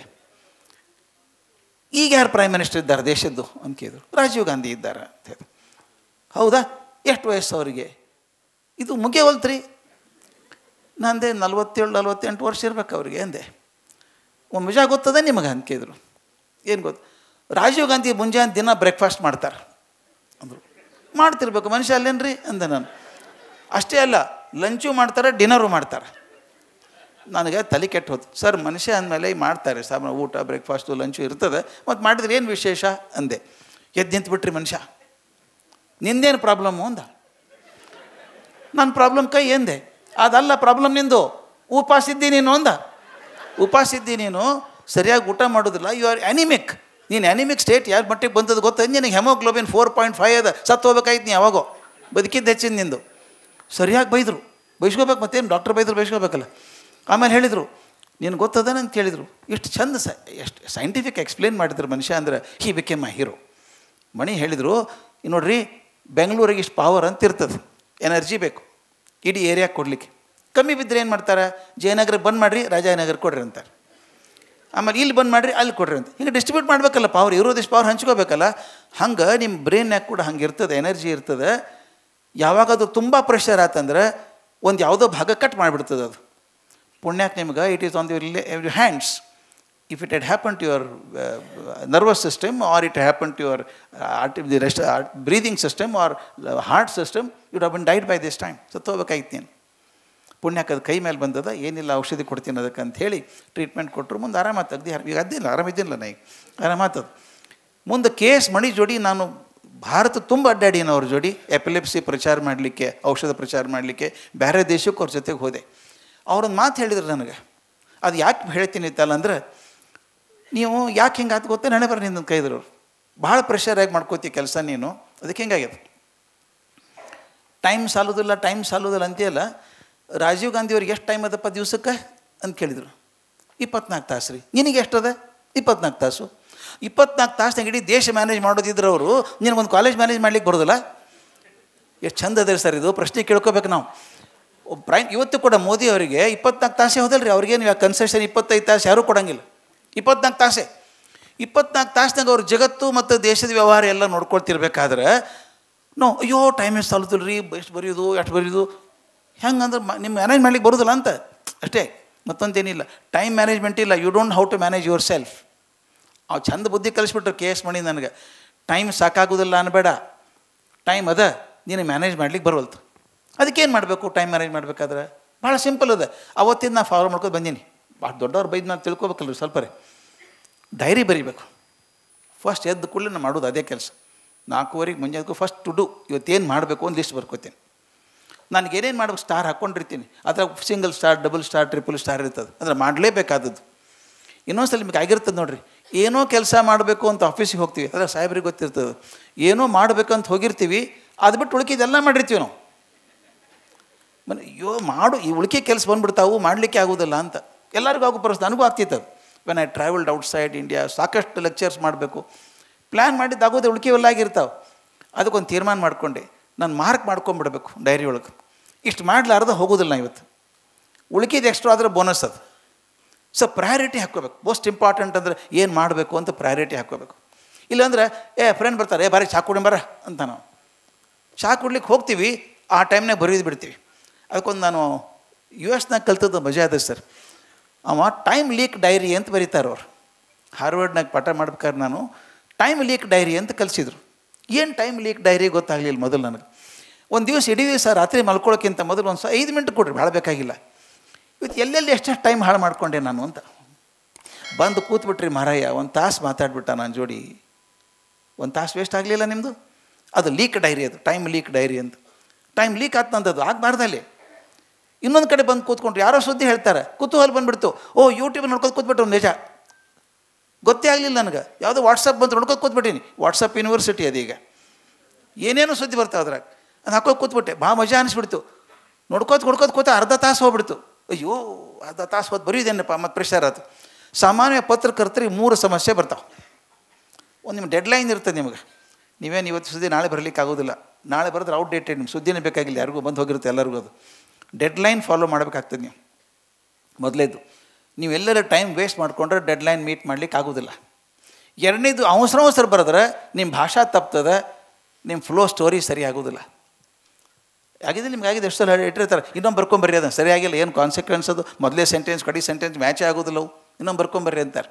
ಭಾಷೆ ಸರಿ ಆಗೋದಿಲ್ಲ, ಬರವಣಿಗೆ ಸರಿ ಆಗೋದಿಲ್ಲ, ಯಾಕಂದ್ರೆ ಅವಸರದಾಗ ಬರೋದದ್ದು ಅದು. ಸಂತಿಗೆ 3 ಮೊಳ ನೇದಂಗೆ. ಇನ್ನೊಂದು 3ನೇದು ಭಾಳ ಕೆಟ್ಟದ, ಕರೆಕ್ಟ್ ಇನ್ಫಾರ್ಮೇಷನ್ ಇರೋದಿಲ್ಲ, ತಪ್ಪು ಇನ್ಫಾರ್ಮೇಷನ್ ಹೋಗಿರ್ತದೆ. ಈ 3 ದೊಡ್ಡ ತಪ್ಪಾಗೋದು ಪತ್ರಕರ್ತರು ಬರಹದಾಗೋದು. ಒಂದು, ಡೆಡ್ಲೈನ್ ತಪ್ಪಿ ಹೋಗ್ತದೆ, ಬೈಸ್ಕೋತ ಎಡಿಟರ್ ಕಡೆಯಿಂದ. ಅಲ್ರಿ ಈ ಸುದ್ದಿ ಹಾಕಿದ್ರೆ ಪೇಪರ್ ಯಾರು ಓದ್ತಾರೆ ನಾಳೆ, ಅದನ್ನು ಎಲ್ಲ ಓದಿರ್ತಾರೆ, ಅದನ್ನು ಫಸ್ಟ್ ನಮ್ಮದು ಬೇಕು. ಈ ಎಲ್ಲ ಕಡೆ ಕಾಂಪಿಟೇಷನ್ ಅದ, ಫಸ್ಟ್ ನಮ್ಮದು, ನಮ್ಮ ಚಾನೆಲ್ನಾಗ ಫಸ್ಟ್ ಬಂತು. ಏನನ್ನ ಹುತ್ತರಪ್ಪ ಅದು. ನೀವು ಫಸ್ಟ್ ಹೇಳಿದ್ರು ಅದೇ ಸುದ್ದಿ ಹೇಳೋದು, ಕಡೆಗೆ ಹೇಳೋದು ಅದೇ ಸುದ್ದಿ ಹೇಳೋದು. ಆದ್ರೆ ನಮ್ಮ ಸುದ್ದಿ ಫಸ್ಟ್ ಬಂತು. ಹಂಗೆ ಪೇಪರ್ ಹಾಗೆ ಮಾಡ್ತಾರೆ. ನೀವು ಇವತ್ತಿನ ಸುದ್ದಿ ನಾಳೆ ಬರಲಿಲ್ಲ ಅಂದ್ರೆ ನಾಡ್ದು ಯಾರು ಓದೋದು, ಬಂದಿದ್ರೆ ಹಳೆ ಸುದ್ದಿ ಅದು ಅಂತಾರೆ. ಅಂದರೆ ನೀವು ಡೆಡ್ಲೈನ್ ಫಾಲೋ ಮಾಡಬೇಕು ನೀವು. ಮತ್ತು ಡೆಡ್ಲೈನ್ ಮಾಡೋದಷ್ಟಲ್ಲ, ಬರೆಯೋದು ಚೆಂದ ಬರೀಬೇಕಲ್ಲ. ನಿಮ್ಮ ಟೈಮ್ ಸಿಕ್ಕರೆ ಚಲೋ ಬರೀತೀರಿ, ಇಲ್ಲಾಂದ್ರೆ ಬರಲಿಕ್ಕೆ ಆಗೋದಿಲ್ಲ. ಮತ್ತು 3ನೇದು ಭಾಳ ಮುಖ್ಯ ಅಂದರೆ, ನೀವು ಬರೆದಾಗ ಫ್ಯಾಕ್ಚುಯಲ್ ಇನ್ಫಾರ್ಮೇಷನ್ ತಪ್ಪಾಗ್ಬಿಟ್ರೆ, ಫ್ಯಾಕ್ಚುಯಲ್ ಮಿಸ್ಟೇಕ್ ಬಂದುಬಿಟ್ರೆ, ಎಷ್ಟು ಸಲ ಆಗ್ತಾ ಅನಾಹುತ ಆಗಿಲ್ಲ. ತಪ್ಪು ಇನ್ಫಾರ್ಮೇಷನ್ ಕೊಟ್ಬಿಟ್ಟು ಮರುದಿವ್ಸ ಪೇಪರ್ನೇ ಅದು ಕ್ಷಮಾಪಣೆ ಕೇಳ್ಕೋಬೇಕು ನೀವು. ಒಂದು ಮರಾಠಿ ನಾಟಕ ನೋಡಿದ್ದೆ ನಾನು ಹುಡುಗಿದ್ದಾಗಿಲ್ಲಿ ಬೆಳಗಾವಿಗೆ. ಮರಾಠಿ ನಾಟಕ ಭಾಳ ಚೆಂದಿತ್ತು. ಎಡಿಟರ್ ಕೂತಿರ್ತಾನೆ, ಪೇಪರ್ನ ಎಡಿಟರು ಯಾರ ಬಗ್ಗೆನೂ ಕೆಟ್ಟದಾಗ ಬರೆದು ಬಿಡ್ತಾನೆ ಭಯಂಕರ. ಮರುದಿವ್ಸ ಬರ್ತಾರೆ ಅವ್ರು, ಏನು ರೀ ಮಾನಹಾನಿ ಕಟ್ಲೆ ಹಾಕ್ಬೇಕು ನಿಮ್ಮ ಮೇಲೆ, ತಪ್ಪು ಬರ್ದೀರಿ ಅಂತ. ಅವತ್ತಾನೆ ಫಾರ್ಮ್ ನಂಬರ್ 4 ಅನ್ರೆ ಅಂತ ನಾವು 4ನೇ ನಂಬರ್ ಫಾರ್ಮ್ ತೊಗೊಂಬ ಅಂತ ಬರೆದೇ ಇಟ್ಬಿಟ್ಟಾರೆ, ಪ್ರಿಂಟ್ ಮಾಡ್ಯವರು ಕ್ಷಮಾಪಣೆ ಏನು ಬರೆದಿಟ್ಬಿಡು. ಮೊದಲು ಬರೆದು ಹಣ ಹಾಕ್ಬಿಡೋದು ಅವನ್ನ ಪೇಪರ್ನಾಗ. ಮರುದಿವ್ಸ 4 ಫಾರ್ಮ್ ನಂಬರ್ 4 ಸಹಿ ಮಾಡಿ ಕೊಟ್ಬಿಡೋದು. ಏನು ಉಪಯೋಗ ಅದು ಬರೆದು ಕೊಟ್ಟರೆ ಅವಾಗ. ಇದು ಒಬ್ಬ ಕೂತಾನ ಮುಂದೆ ಬರೆದು ಕೊಟ್ಟಿರಿ ನೀವು, ಆಗಲೇ ಮರ್ಯಾದೆ ಹರಾಜಾಗಿ ಹೋಗಿದ್ದು ಈಗಾಗಲೇ ಪೇಪರ್ನಾಗ. ಈ ಕೆಲಸ ಆಗಬಾರ್ದು ನಮ್ಮ ಕಡೆಯಿಂದ. ಫಸ್ಟ್ ಆಫ್ ಆಲ್ ನಾವು ಬರೆದದ್ದು ಸರಿ, ಅದನ್ನು ಚೆಕ್ ಮಾಡ್ಕೋಬೇಕು. ಅದಕ್ಕೆ ಸಾಕ್ರೆಟಿಸ್ ಗೋಲ್ಡನ್ ಗೇಟ್ ಅಂತ ಹೇಳ್ತಾರೆ. ದಯವಿಟ್ಟು ಪತ್ರಕರ್ತರ ಅದನ್ನು ದಯವಿಟ್ಟು ಫಾಲೋ ಮಾಡಿರಿ. ಏನೇ ಬರೀಬೇಕಾದ್ರೂ, ಏನೇ ಮಾತಾಡಬೇಕಾದ್ರೂ ಕೂಡ ಸಾಕ್ರೆಟಿಸ್ ಹೇಳ್ತಾನೆ 3 ಗೋಲ್ಡನ್ ಗೇಟ್ ಅವ, ಮಹಾದ್ವಾರಗಳು. ಆ ಮಹಾದ್ವಾರದೊಳಗೆ ನಿಮ್ಮ ಹಾಯ್ಸಿ ಹೋಗ್ಬೇಕಂದು ಮಾತು. 3 ಹಾದು ಬಂದರೆ ಬರೀರಿ. ಮೊದಲೇದ್ದು, ಈಸ್ ಇಟ್ ಟ್ರೂ, ನಾ ಬರೀತಿರೋ ಸತ್ಯ ಅದೇನು. ಮೊದಲೇದು ಈಸ್ ಇಟ್ ಟ್ರೂ, ಅದು ವೆರಿಫೈ ಮಾಡ್ಕೋಬೇಕು. ಟ್ರೂ ಇದ್ರೆ ಅಡ್ಡಿ ಇಲ್ಲ, ಸತ್ಯ ಇದ್ರೆ ಅಡ್ಡಿ ಇಲ್ಲ, ಫಸ್ಟ್ ಗೇಟ್ ಪಾರಾತು. ಎರಡನೇದು, ಈಸ್ ಇಟ್ ನೆಸಸರಿ, ಹೇಳಲೇಬೇಕೇನು ಇದನ್ನು, ಹೇಳಿದೆ ಬಿಟ್ಟರೆ ಬರ್ತದೋ. 3ನೇದು ಭಾಳ ಮುಖ್ಯದ. 3ನೇದು ಮುಖ್ಯ, am I the right person, ನಾನೇ ಕರೆಕ್ಟ್ ಏನು ಹೇಳೋದು, ಬೇರೆ ಹೇಳಬೇಕು. ಅದನ್ನು ಯಾರು ಯಾವ ಮಾತನ್ನು ಹೇಳಬೇಕು ಅವರೇ ಹೇಳಬೇಕು, ಮತ್ತೊಬ್ಬರು ಹೇಳಿದ್ರೆ ಸರಿ ಆಗೋದಿಲ್ಲ. ಆದ್ದರಿಂದ ಆ ಹೇಳುವ ಮಾತು ಸರಿ ಅದ, ಸತ್ಯ ಅದನ್ನು, ಅವಶ್ಯಕತೆ ಅದೇನೋ, ಮತ್ತು ಅದು ಹೇಳೋದು ನಾನೇ ಸರಿ ಏನೋ, ಈ 3ನ್ನು ಕೇಳ್ಕೋಬೇಕು ಅಂತ ಸಾಕ್ರೆಟಿಸ್ ಹೇಳ್ತಾನೆ. Before you pen anything let the words pass through the golden gates ಅಂತ. ಅದನ್ನ ಸ್ವಲ್ಪ ಮಾಡ್ಕೊಂಡ್ರೆ ಚಲೋ ಇರ್ತದೆ. ಪ್ರಯಾರಿಟೈಸ್ ಮಾಡ್ಕೋಬೇಕಾಗ್ತದೆ, ಬೇರೆ ಕೆಲಸ ಏನು ಮಾಡಲಿಕ್ಕೆ ಆಗೋದಿಲ್ಲ. ನಿಮಗೆ ಟೈಮ್ ಸಾಲೋದಿಲ್ಲ ಅಂದರೆ ಭಾಳ ಸುಲಭ, ಪ್ರಯಾರಿಟೈಸ್ ಮಾಡಿ, ಇದು ಫಸ್ಟ್ ಇದು ಮಾಡಬೇಕು, ಇದು ಮಾಡಿದ ಮೇಲೆ ಉಳಿದ್ರೆ ಸೆಕೆಂಡು, ಅದಾದ್ರೆ ಥರ್ಡು, ಅದು ಹಾಕ್ಕೊಳ್ಳೇಬೇಕು ನಾನು. ಈಗ ನನಗೆ ನಿಮಗೆ ಸ್ವಲ್ಪ ಅರ್ಥ ಆಗ್ತದೆ ನನ್ನ ಕಷ್ಟ. ನಾನು ಡೈಲಿ ಕಾಲಮ್ ಬರ್ದಾವ, ದಿನನಿತ್ಯ ಕಾಲಮು ಸುಮಾರು 15 ವರ್ಷ ಅದು ಬರಲಿಕ್ಕೆ ಆಯ್ತು. ನಾನು ಡೈಲಿ ಕಾಲಮ್ ಬರೆಯೋದು ಭಾಳ ಕಷ್ಟದ ಕೆಲಸ, ನಿಮ್ಗೆ ಗೊತ್ತದು. ರಾತ್ರಿ ಊಟ ಮಾಡ್ತಿರೋ ಬಿಡ್ತಿರೋ ಗೊತ್ತಿಲ್ಲ, ಕಾಲಮ್ ಕಳಿಸ್ಬೇಕು, ಬರ್ದಾಗಿ ಟೈಪ್ ಹಾಕಬೇಕು. ನಾನೊಂದು ಏನು ಮಾಡೀನಂದ್ರೆ ಇದುವರೆಗೂ 15 ವರ್ಷದಾಗ ಒಂದೇ ಒಂದು ಸಲ ಕೂಡ ನನ್ನ ಕಡೆಯಿಂದ ಆರ್ಟಿಕಲ್ ಬರಲಿಲ್ಲ ಅಂತ ಯಾವ ಎಡಿಟರು ಹೇಳಿಲ್ಲ. ಒಂದು ವಾರದ ಮೊದಲೇ ಇರ್ತಾವೆ ಅವ್ರ ಕಡೆ. ಈಗ ಮೊನ್ನೆ ಬಂದೆ ಅಮೇರಿಕಾದಿಂದ, ನಾನು 3 ತಿಂಗಳು ಅಲ್ಲೇ ಇದ್ದೆ ಅಮೇರಿಕಾದಾಗ. ಅಲ್ಲಿದ್ದರೂ ಕೂಡ ಫೋನ್ ಮಾಡಿದ್ರೆ ಎಡಿಟರ್ ನನಗೆ, ಅದು ಹೆಂಗೆ ಬರಿತೀರಿ ಸರ್ ನೀವು, ಊರಾಗಿಲ್ಲ ಅಂತ ಕೇಳಿದೆ. ಊರಾಗಲ್ಲ ರೀ, ದೇಶದಾಗೇ ಇಲ್ಲ, ನಾನು ಹೊರಗಿದ್ದೀನಿ ಅಂತ ಹೇಳಿದೆ. ಆದರೆ ಅಲ್ಲಿದ್ದರೂ ಕೂಡ ಒಂದು ದಿವಸ ತಪ್ಪಲಾರ್ದಂಗೆ ಮೊದಲಿಂದ 4 ದಿವಸ ಆಗೋ ಸ್ಟಾಕ್ ಅವ್ರ ಕಡೆ ಇರಬೇಕು. ಅವ್ರು ಟೆನ್ಷನ್ ಆಗಬಾರ್ದು, ಎಡಿಟರ್ ಭಾರಿ ಟೆನ್ಷನ್ ಆಗ್ತದೆ. ಜಾಗ ಬಿಟ್ಟಿರ್ತಾರೋ ರೆಗ್ಯುಲರ್ ಕಾಲಮ್ ಅಂಥೇಳಿ, ಬರಲಿಲ್ಲ ರೀ ಬಂತೇನು ಫೋನ್ ಮಾಡಿರಿ, ಟೆನ್ಷನ್ ಬೇಡ, ಅವ್ರಿಗೂ ಟೆನ್ಷನ್ ಬೇಡ. ಒಂದು 4 ದಿವಸ ಮೊದಲೇ ಅವ್ರ ಕಡೆ ಇದ್ಬಿಡ್ತಾರೆ. ಅಡ್ವಾನ್ಸ್ ಇತ್ತಂದ್ರೆ ಚಿಂತೆನೇ ಇಲ್ಲ ಅವ್ರಿಗೆ. ಯಾಕಂದ್ರೆ ಮಾತು ಕೊಟ್ಟಿವಿ ನಾವು ಬರಿತೀವಂತ ಅಲ್ಲ, ಅದು ಜವಾಬ್ದಾರಿ ಇರ್ತದೆ, ಬರಿಬೇಕಾಗ್ತದೆ. ಪ್ರಯಾರಿಟೈಸ್ ಮಾಡ್ಕೋಬೇಕು. ಬೇಕಾದಷ್ಟು 100 ಕೆಲಸ ಇರ್ತಾವೆ, ಪ್ರಯಾರಿಟ್ ಮಾಡಿಕೊಟ್ರಿ. ಆಮೇಲೆ ಇನ್ನೊಂದು ಕಡಿಮೆ ಮಾತು ಹೇಳ್ತೀನಿ ಪತ್ರಕರ್ತರ ಬಗ್ಗೆ ಹೇಳಬೇಕಾದ್ರೆ, ನೀವು ಸತ್ಯ ಹೇಳಲಿಕ್ಕೆ ಹಿಂದೆ ನೋಡಬಾರ್ದು, ಎಂದೂ ಹಿಂದೆ ನೋಡಬಾರ್ದು. ಸತ್ಯ ಹೇಳಕ್ಕೆ ಏನು ಮಾಡೋದು, ಪತ್ರಕರ್ತರಾಗೋದಿಲ್ಲ ನೀವು ಸುಮ್ಮನೆ ಏನೋ ಸುದ್ದಿ ಎಬ್ಸು ಗದ್ದಲ ಎಬ್ಸು ಮನುಷ್ಯರಾಗಿಬಿಡ್ತೀರಿ, ಅದು ಬೇಕಿಲ್ಲ. ಯಾವಾಗಲೂ ಬೆಲೆ ಒಂದು ಮಜಾ ಹೇಳ್ತೀನಿ. ಬಂಡೋಪಾಧ್ಯಾಯ ಅಂತ ಇದ್ದರು ಕಲ್ಕತ್ತಾದಾಗ, editor of the magazine, very famous editor ಅವರು ಅಗ್ದಿ ವಸ್ತುನಿಷ್ಠವಾಗಿ ಬರೆಯೋರಂತ, ಮುಲಾಜಿಲ್ದೆ ಬರೀತಿದ್ರು. ಬೈದರು, ಎಲ್ಲರೂ ಮುಲಾಜಿಲ್ದೆ ಬೈತಿದ್ರು. ಆದ್ರೆ ಬೈಬೇಕಾದ್ರೆ ಸಾಕ್ಷಿ ಇಟ್ಕೊಂಡು ಬೈತಿದ್ರು, ಏನು ಕಾರಣ ಇಟ್ಕೊಂಡು, ಸುಮ್ಮನೆ ಬೈಯೋದಲ್ಲ. ಒಂದು ಸಲ ಅವ್ರು ಕಾಶಿಗೆ ಸ್ನಾನಕ್ಕೆ ಹೋದ್ರಂತ, ಕಾಶಿಗೆ ಹೋದರು, ಗಂಗಾ ನದಿ ಸ್ನಾನಕ್ಕೆ ಹೋದ್ರಂತ.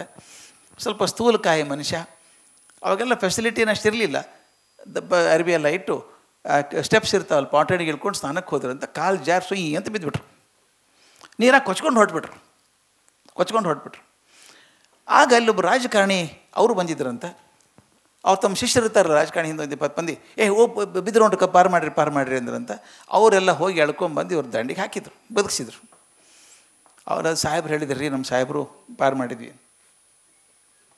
ಅಲ್ಲ ಪಾಪ ಅಡ್ಡ ಆಗ್ತೇನೆ ಅವ್ರಿಗೆ ಎಲ್ಲರಿಗೂ, ಅದಕ್ಕೆ ಕಾಣಿಸೋದಿಲ್ಲ. ನಾ ಸಣ್ಣವಿದ್ದೇನೆ ಖರೆ, ಅಷ್ಟು ತೀರ ಸಣ್ಣವಿಲ್ಲ. ಓಕೆ, ಬಂಡೋಪಾಧ್ಯಾಯ ಏನು ಬಿದ್ದಿರಲ್ಲ, ಪಾರು ಮಾಡಿದ್ರು. ಅವ್ರನ್ನ ಪಾರು ಮಾಡಿ ತರ್ಕೊಂಬಂದರು. ರಾಜಕಾರಣಿಗೆ ಬಲೆ ಖುಷಿ, ನಾನೇ ಪಾರು ಮಾಡಿದ್ದೆ ಅವ್ರನ್ನ ಅಂತ ಆಯಿತು. ಇವ್ರು ಎಂಥ ಚಲೋ ಆತ್ರಿ, ಪಾರು ಮಾಡಿದ್ರಿ, ಬದುಕಿಸಿದ್ರಿ, ನನ್ನ ಸಂತೋಷ ಆಯ್ತು. ನನ್ನ ಕಡೆಯಿಂದ ಏನಾರು ಆಗೋದಿದ್ರೆ ದಯವಿಟ್ಟು ಹೇಳ್ರಿ ಅಂದ್ರಂತ. ಅಂದು ವಾಪಸ್ ಹೋದ್ರು ಕಲ್ಕತ್ತಾಕ್ಕೆ. ಮುಂದೆ ರಾಜಕಾರಣಿಗೆ ತನ್ನ ಪ್ರಚಾರ ಮಾಡ್ಕೋಬೇಕಾಗ್ಯದ ಪೇಪರ್ನಾಗ. ಅಲ್ಲಿ ಹೋಗಿ ಅವ್ರ ಬಗ್ಗೆ ಒಂದು ಆರ್ಟಿಕಲ್ ತಾನೇ ಬರೆಸಿ ಕೊಟ್ಟನಂತ. ಜೀವ ಉಳಿಸ್ಯಾನಲ್ಲ ಅವ್ರದ್ದು, ಹೆಂಗಿದ್ರು ಆ ಋಣ ಅದ ಅಂತ ಹೋಗಿ ಕೊಟ್ರಂತ. ಹಿಂಗೆ ಹಾಕ್ರಿ ಸರ್ ಪೇಪರ್ನಾಗಿದ್ದಾನಂತ. ಅವ್ರು ಹಂಗೆ ಹಾಕ್ಲಿಕ್ಕೆ ಬರೋದಿಲ್ಲ ರೀ, ಬರೀ ಸುಳ್ಳು ಬರೋದಿಲ್ಲ ಇದ್ರಾಗ, ಖರೆ ಇಲ್ಲ, ಯಾವುದು ಹಾಕ್ಲಿಕ್ಕೆ ಆಗೋದಿಲ್ಲ ಅಂತಂತ. ಅವನಂತ, ಸರ್ ನಿಮ್ಮ ಪ್ರಾಣ ಉಳಿಸಿದ್ದು ನಾನೇ, ನೆನಪದಿಲ್ಲ ರೀ ನಿಮಗೆ ಅಂತ ಕೇಳಿದಂತ ರಾಜಕಾರಣಿ. ಅದಕ್ಕೆ ಉತ್ತರ ಏನು ಕೊಡ್ಬೇಕು, ಬಂಡೋಪಾಧ್ಯಾಯ ನಿಮ್ಮ ನೆನಪಿರ್ಬೇಕು ಯಾವಾಗಲೂ ಪತ್ರಕರ್ತರು ಹೆಂಗಿರಬೇಕು ಅಂತ. ಅವೇನು ಹೇಳಿದ್ರೆ ಬಂಡೋಪಾಧ್ಯಾಯ ಹೇಳಿದ್ರಂತ, ಹಾಗಾದ್ರೆ ಒಂದು ಕೆಲಸ ಮಾಡಿ, ಇನ್ನೊಮ್ಮೆ ನಾನು ಕಾಶಿಗೆ ಬರ್ತೀನಿ, ನಾನು ತಳ್ಳಿಬಿಡ್ರಿ ನೀರಾಗಿ ಸಾಕು. ಯಾಕಂದ್ರೆ ನಿಮ್ಮ ಆರ್ಟಿಕಲ್ ಹಾಕೋದಕ್ಕಿಂತ ಗಂಗಾ ನದಿಯಾಗ ಹೋಗೋದು ಚಲೋ. ಇದು ಗಟ್ಟಿ ಬೇಕಾಗ್ತಾರೆ ಮಾತಾಡ್ಬೇಕಾದ್ರೆ. ನಿಮಗೆ ನೆನಪದ, ವಿಶ್ವೇಶ್ವರಯ್ಯನವ್ರ ಬಗ್ಗೆ ಆರ್ಟಿಕಲ್ ಬರೀತಿದ್ರು ಗುಂಡಪ್ಪನವರು. ಇಬ್ಬರು ಸ್ನೇಹಿತರು, ತುಂಬ ಹತ್ತಿರ, ಇಬ್ಬರಿಗೂ ಪರಿಚಯ. ಮುಲಾಜಿಲ್ದೆ ಬರೀಬೇಕು,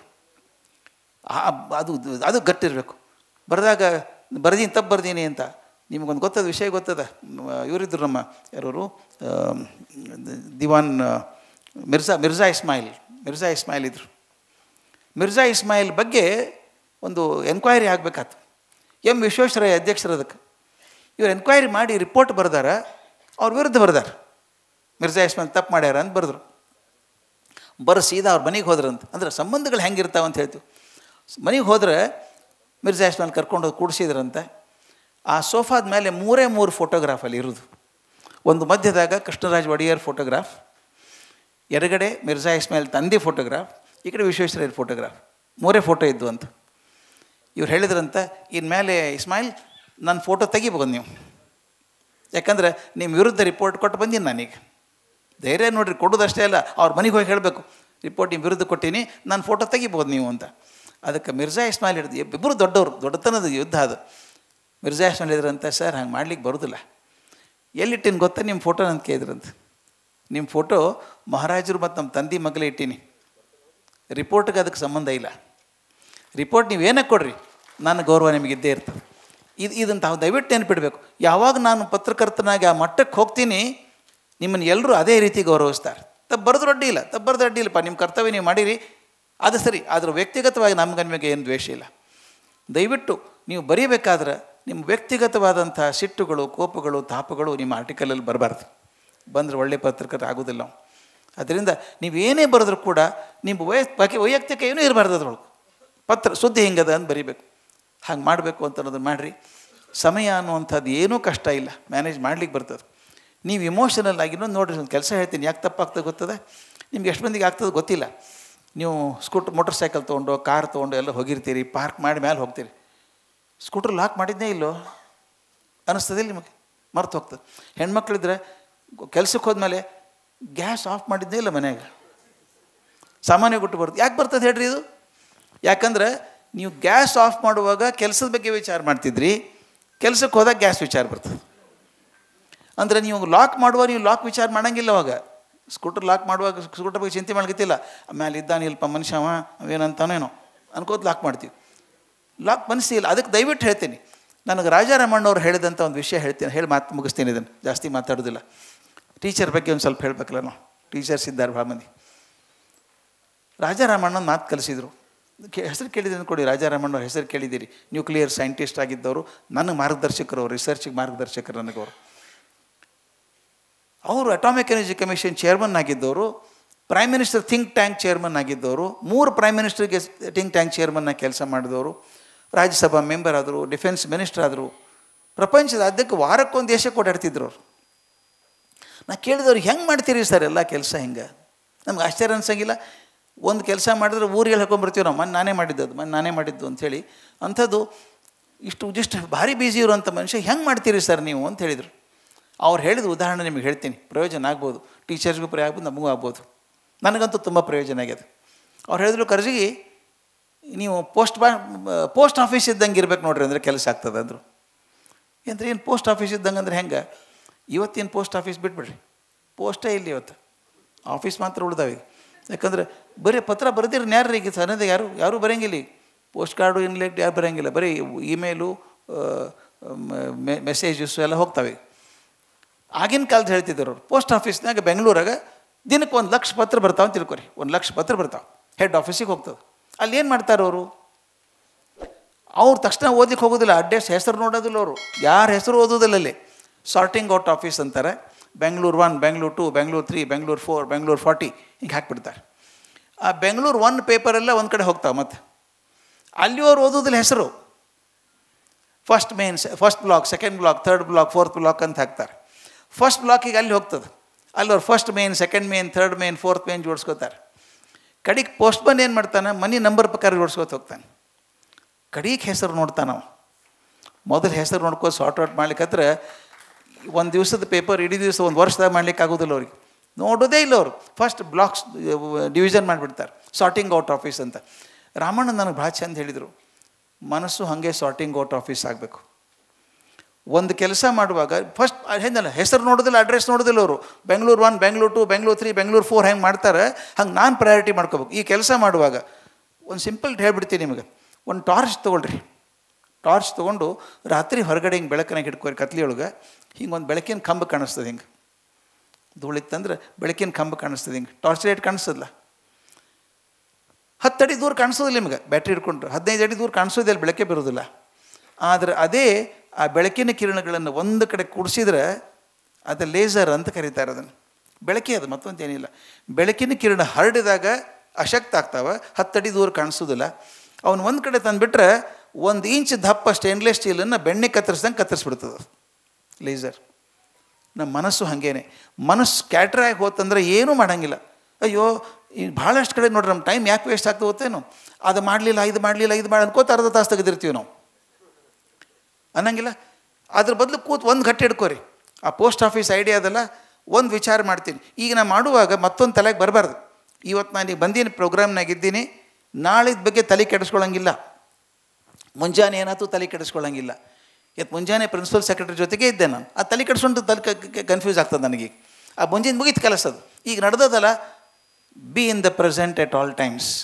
ಕೆಲಸ ಮಾಡುವಾಗ ಅದೊಂದೇ ಫೋಕಸ್ ಮಾಡಬೇಕು. Mind is so powerful. ವಿವೇಕಾನಂದರು ಕಲಿಸ್ತಾರೆ ಅದನ್ನು. If you can focus your mind, you can understand the mind of the other person also. ಮತ್ತೊಬ್ಬರು ಮನಸ್ಸು ಕೂಡ ಅರ್ಥ ಮಾಡ್ಕೋಬೋದು ಅಂತ. ಹಂಗೆ ನಾವು ಫೋಕಸ್ ಮಾಡಿ ಈ ವಿಷಯದಾಗ ಏನು ಫುಲ್ ಅಟೆನ್ಷನ್ ಕೊಟ್ಟು ಬರೋದು ಮುಗಿಸಿ ಕ್ಲೋಸ್. ಆಮೇಲೆ ತಲೆ ಕೆಡಿಸ್ಕೊಳ್ಳಂಗಿಲ್ಲ, ನೆಕ್ಸ್ಟ್ ಹೋಗೋದು. ಆ ಪೋಸ್ಟ್ ಆಫೀಸ್ ಸಾರ್ಟಿಂಗ್ ಔಟ್ ಅದೆಲ್ಲ ಸ್ವಲ್ಪ ಹೇಳಿದಷ್ಟು ಸುಲಭ ಅಲ್ಲದು, ಪ್ರಾಕ್ಟೀಸ್ ಮಾಡಬೇಕಾಗ್ತದೆ. ನನಗೆ ತುಂಬ ಪ್ರಯೋಜನ ಆಯ್ತದು. ನಾನು ರಿಸರ್ಚ್ ಮಾಡ್ತಿದ್ದೆ, ಬೇರೆ ಕಡೆ ಕೆಲಸ ಮಾಡಬೇಕು, 10 ಕೆಲಸ ಹಾಕ್ಕೊಂಡು ನಿನ್ಕೊಳ್ಳಿಗೆ. ಈ ಮಾಡುವಾಗ ಈ ಸಂಸ್ಥೆಗೆ ಹೋಗಿದ್ದು ನಾನು. ಇವತ್ತು ನಾನು ಲೋಕ ಶಿಕ್ಷಣ ಟ್ರಸ್ಟ್ ಆ ಕೆಲಸ ಮಾಡ್ಬೇಕು, ಅದೊಂದೇ ಕೆಲಸ, ಮತ್ತೊಂದು ಬೇರೆ ಕೆಲಸ ಇಲ್ಲ. ಈಗ ನಾನು ಹೋಗ್ತೀನಿ ಯಾವುದೋ ಒಂದು ಕಾಲೇಜಿಗೆ, ಮ್ಯಾನೇಜಿಂಗ್ ಡೈರೆಕ್ಟರ್ ಇದ್ದೀನಿ, ಆ ಕಾಲೇಜ್ ಒಂದೇ ಕೆಲಸ, ಮತ್ತೊಂದು ಏನೂ ಇಲ್ಲ. ಹಾಗೆ ಒಂದೊಂದು ಕೆಲಸ ಒಂದೊಂದು ಟೈಮ್ಗೆ ಒಂದೊಂದೇ ಮಾಡಿದಾಗ ಆಗ್ತದೆ. ಕೆಲವು 2-3 ಕೆಲಸ ಮಾಡ್ಲಿಕ್ಕೆ ಹೋಗ್ತಾರೆ. ಕೆಲವು ಚಟ ಇರ್ತದೆ ಕೆಲವರಿಗೆ, ಹಾಡು ಕೇಳ್ಕೋತ ಬರೆಯೋದು. ಹೌದಾ? ಕೆಲವೊಂಥ ಹಾಡು ಕೇಳ್ಕೋತ ಬರ್ದ್ರೆ ಚಲೋ ಬರಿತೀನಿ ರೀ, ನಾ ಬಿಟ್ಟು ನೋಡ್ರಿ ಇನ್ನೂ ಚಲೋ ಬರಿತೀರಿ. ಅದಲ್ಲದು ಒಂದು ಸಿಂಪಲ್ ಎಕ್ಸ್ಪೆರಿಮೆಂಟ್ ಮಾಡಿದ್ದೆ ನಾನು. ಮನೆಗೆ ಹೋಗಿ ಮಾಡಿರಿ, ಇಲ್ಲಿ ಮಾಡ್ಲಿಕ್ಕೆ ಆಗೋದಿಲ್ಲ. ಹೋದ್ರೆ ನೆಕ್ಸ್ಟ್ ಮನೆಗೆ ಹೋಗಿ ಮಾಡಿರಿ. ಒಂದು ಪೇಪರ್ ತೊಗೋರಿ, ಎಲ್ಲರಿಗೂ ABCD ಬಂದೇ ಬರ್ತದೆ. ಮೊದಲಿನ 10 ಅಕ್ಷರ ABCDEFGHIJ ವಾಚ್ ಇಟ್ಕೋರಿ. ABCDJ ತನಕ ಬರೀರಿ, ಬಡ ಎಷ್ಟು ಫಾಸ್ಟ್ ಅದ. ಫಸ್ಟ್ ಎಷ್ಟು ಸೆಕೆಂಡ್ ತೊಗೋತೀರಿ? 6 ಸೆಕೆಂಡೋ 7 ಸೆಕೆಂಡು ಆಗ್ತದೆ.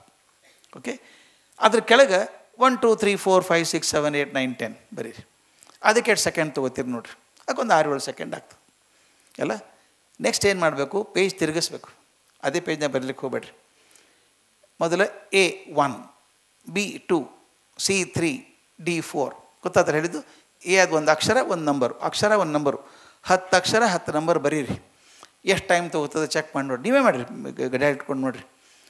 ಇದು 6 ಇದು 7 ಸೆಕೆಂಡ್ ಬೇಕಾಗಿತ್ತು ಅಂದರೆ ಮೊದಲು ಒಟ್ಟು ಎಷ್ಟು ಬೇಕಾಗಿತ್ತು? 13 ಸೆಕೆಂಡ್ ಬೇಕಾಗಿತ್ತು. ನೀವು ಆಲ್ಟರ್ನೇಟ್ ಬರ್ಕೋತ ಹೋಗ್ರಿ, A1 B2 C3 D4 ಬರ್ಕೊಂಡು ಹೋಗ್ರಿ, 20 ಸೆಕೆಂಡ್ ಒಳಗೆ ಆಗೋದಿಲ್ಲ. ಅಂದ್ರೆ ಏನರ್ಥ? 13 ಸೆಕೆಂಡ್ನಾಗ ಆಗಬೇಕಾಯ್ತಲ್ಲ, 7 ಸೆಕೆಂಡ್ ಯಾಕೆ ವೇಸ್ಟ್ ಆಯ್ತು?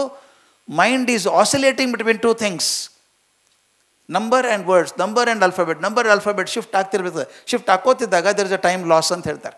ಟೈಮ್ ಲಾಸ್ ಆಗ್ತದೆ. ಹಂಗೆ ನಾ 2 ಕೆಲಸ ಮಾಡ್ತಿದ್ರೆ part of your attention goes in listening to music, part in writing. 2. ಈಗ ಫಾರ್ ಎಕ್ಸಾಂಪಲ್ ನಾನು ಓದ್ತಿದ್ದೆ ಅಂತ ತಿಳ್ಕೊರಿ, ಪುಸ್ತಕ ಓದ್ಕತ್ತೀನಿ ನಿಮ್ಮ ಕೈಯಾಗ ಹಿಡ್ಕೊಂಡು ಓದ್ತಿದ್ರೆ ನನ್ನ ಕತೆ ಒಂದು ಯಾವುದೋ ಕವನ ಓದ್ತೀನಿ ಅಂತ ಇಟ್ಕೊರಿ. ಓದ್ಬೇಕಾದ್ರೆ ಏನಾಗ್ತದೆ? ನೀವು ನೋಡ್ತೀರಿ, ನಾನು ಬಟ್ಟೆ ಹಾಕ್ಕೊಂಡದ್ದು ನೋಡ್ತೀರಿ, ಪುಸ್ತಕ ಹೆಡ್ ನೋಡ್ತೀರಿ, ನಾ ಹುಬ್ಬು ಏರ್ಸೋದು ನೋಡ್ತೀರಿ, ಕೈ ಮಾಡೋದು ನೋಡ್ತೀರಿ, ಅದ್ರ ಜೋಡಿ ಕೇಳಿಸ್ಕೋತೀರಿ ನಾನು ಮಾತಾಡೋದನ್ನು. ಆದ್ರೆ ಬರೀ ಒಂದು ಹಾಡು ಕೇಳ್ತಿದ್ರೆ ನೀವು ರೇಡಿಯೋದಾಗ ಹೆಂಗೆ ಕೇಳ್ತೀರಿ ಹೇಳ್ರಿ? ಎಷ್ಟೋ ಸಹ ಬರೀ ಹಾಡು ಕೇಳ್ತಿದ್ದ ಕಣ್ಣು ಮುಚ್ಕೋತೀವಿ ನಾವು. ಯಾಕೆ ಕಣ್ಣು ಮುಚ್ತೀವಿ? ಕೇಳೋದು ಕಿವಿಲೇ ಅಲ್ಲ, ಕಣ್ಣು ಯಾಕೆ ಮುಚ್ಕೋತೀವಿ? You don't want the physical world to interfere in the process of listening. ಕೇಳೋದಕ್ಕೆ ಅಡ್ಡು ಬರಬಾರ್ದು, ಏಕಾಗ್ರ ಆಗ್ತದೆ. ಎಷ್ಟು ಚಂದ ಎಂಜಾಯ್ ಮಾಡ್ತೀರಿ ಬರೀ ಕೇಳೋದು ಒಂದೇ ಇದ್ದರೆ. ಆದರೆ ವಿಡಿಯೋ ಇದ್ದಾಗ ಕೇಳೋದು ಕಾಣಿಸೋದು ಎರಡೂ ಆಗ್ತದೆ. ಎರಡೂ ಪೂರ್ತಿ 100% ಆಗೋದಿಲ್ಲ. ಮಲ್ಟಿ ಟಾಸ್ಕಿಂಗ್ ಅಂತ ಹೇಳೋದು ಭಾಳ ಸುಲಭದ, ಮಲ್ಟಿ ಟಾಸ್ಕಿಂಗ್ ಇಲ್ಲ. ಅದು ಮಲ್ಟಿ ಟಾಸ್ಕ್ ಮಾಡೋದು 2 ಕಡೆನೂ ಕೆಲಸ ಕಮ್ಮಿ ಆಗ್ತದೆ. ಅದಕ್ಕೆ ದಯವಿಟ್ಟು ಒಂದು ಕೆಲಸ ಮಾಡುವಾಗ ಇನ್ನೊಂದು 2-3 ಮಾಡ್ಲಿಕ್ಕೆ ಹೋಗ್ಬೇಡ್ರಿ. ಕೆಲವು ಮಾಡ್ತಾರೆ, ಇದನ್ನು ಅರ್ಧ ಆರ್ಟಿಕಲ್ ಬರೋದು, ಇದನ್ನು ಅರ್ಧ ಬರೀ, ಇದನ್ನ ಅರ್ಧ ಬರೀ, ಇದನ್ನ 3 ಬರೀಬೇಕ್ರಿ, ನಾನು ನಾಳೆ ಕಳಿಸ್ಬೇಕು, ಬರೀಬೇಕು 3 ಬರೀಬೇಕು, ಬೇಡ ಅನ್ನಂಗಿಲ್ಲ. ಅದು ಒಂದಾದ್ಮೇಲೆ ಒಂದು ಬರೀರಿ. 3 ಹೋದ್ರೆ 3 ಅರ್ಧ ಚೌಚೌ ಭಾತ ಆಗಿಬಿಡ್ತದೆ, ಅದು ಸರಿ ಆಗೋದಿಲ್ಲ. ಅದಕ್ಕೆ ನಾನು ಹೇಳೋದು, prioritise, plan your time, schedule it. ಮೊದಲು ಇವತ್ತೇನು ಮಾಡಬೇಕು ಅಂತ ಬರೀಬೇಕು, ಸಾಯಂಕಾಲ ಹೋಗಿ ಟಿಕ್ ಮಾಡಬೇಕು, ಆಯ್ತೇನು ಮಾಡಿದ್ದೆಲ್ಲ ಆಯ್ತೇನು ಅಂತ ಒಂದು ಡಿಸಿಪ್ಲಿನ್ ಅದು, ಹಂಗೆ ಮಾಡ್ಕೋಬೇಕು. ಆಮೇಲೆ ಬರೀಬೇಕಾದ್ರೆ ಸತ್ಯ ಅದೆಲ್ಲ ಹೇಳಿದೆ. ದಯವಿಟ್ಟು ಇಷ್ಟು ಮಾಡಿದರೆ ನಾವು ಪೇಪರ್ ಓದಾರಿಗೂ ಸಂತೋಷ ಆಗ್ತದೆ, ಗ್ಯಾರಂಟಿ ಇರ್ತದೆ ಓದಿದ್ದೆಲ್ಲ ಖರೆ ಅದಪ್ಪ ಅಂತ ತಿಳ್ಕೊಂಡು. ಇಲ್ಲಾಂದ್ರೆ ಕೆಲವು ಪೇಪರ್ ಹೆಂಗೆ ಆಗ್ತಾ ಗೊತ್ತೇನು ರೀ, ಪೇಪರ್ ಓದಿ ಇನ್ನೊಂದು ಪೇಪರ್ ಓದಬೇಕು, ಇವ್ರು ಹೇಳಿದ ಖರೆ ಅದನ್ನು ಇಲ್ಲೊಂದು ಮತ್ತೊಂದು ಪೇಪರ್ ಓದಬೇಕು. ನೀವು ಸುದ್ದಿ ಹೆಡ್ಡಿಂಗ್ ನೋಡಿರಿ, ವಿಚಿತ್ರ ಇರ್ತಾವೆ, ಇಲ್ಲಿ ಹೇಳಿದ್ರೆ ಎಕ್ಸಾಕ್ಟ್ಲಿ ಅಪೋಸಿಟ್ ಇರ್ತದೆ, ಖರೆ ಯಾವುದು? ಆದ್ದರಿಂದ ದಯವಿಟ್ಟು ಎಲ್ಲರೂ ಟ್ರೂತ್ಫುಲ್ಲಾಗಿ ಬರೆದ್ರೆ ಚಲೋ ಇರ್ತದೆ ಅಂತ ಹೇಳ್ಕೊತ, ನಮ್ಮ ದಿಲೀಪ್ ಅವ್ರೀಗ ಗುರುವಂದನ ಪ್ರೋಗ್ರಾಮ್ ಪ್ರಿಪೋನ್ ಮಾಡಿಬಿಟ್ಟಾರೆ. ನಮಗೆ ಮಾಡಬೇಕಾದದ್ದು ಇದ್ರ ದಿವಸ ಗುರುಪೂರ್ಣಿಮೆ ದಿವಸ ಮಾಡಬೇಕಾದನ್ನು ಪ್ರಿಪೋನ್ ಮಾಡಿದರು.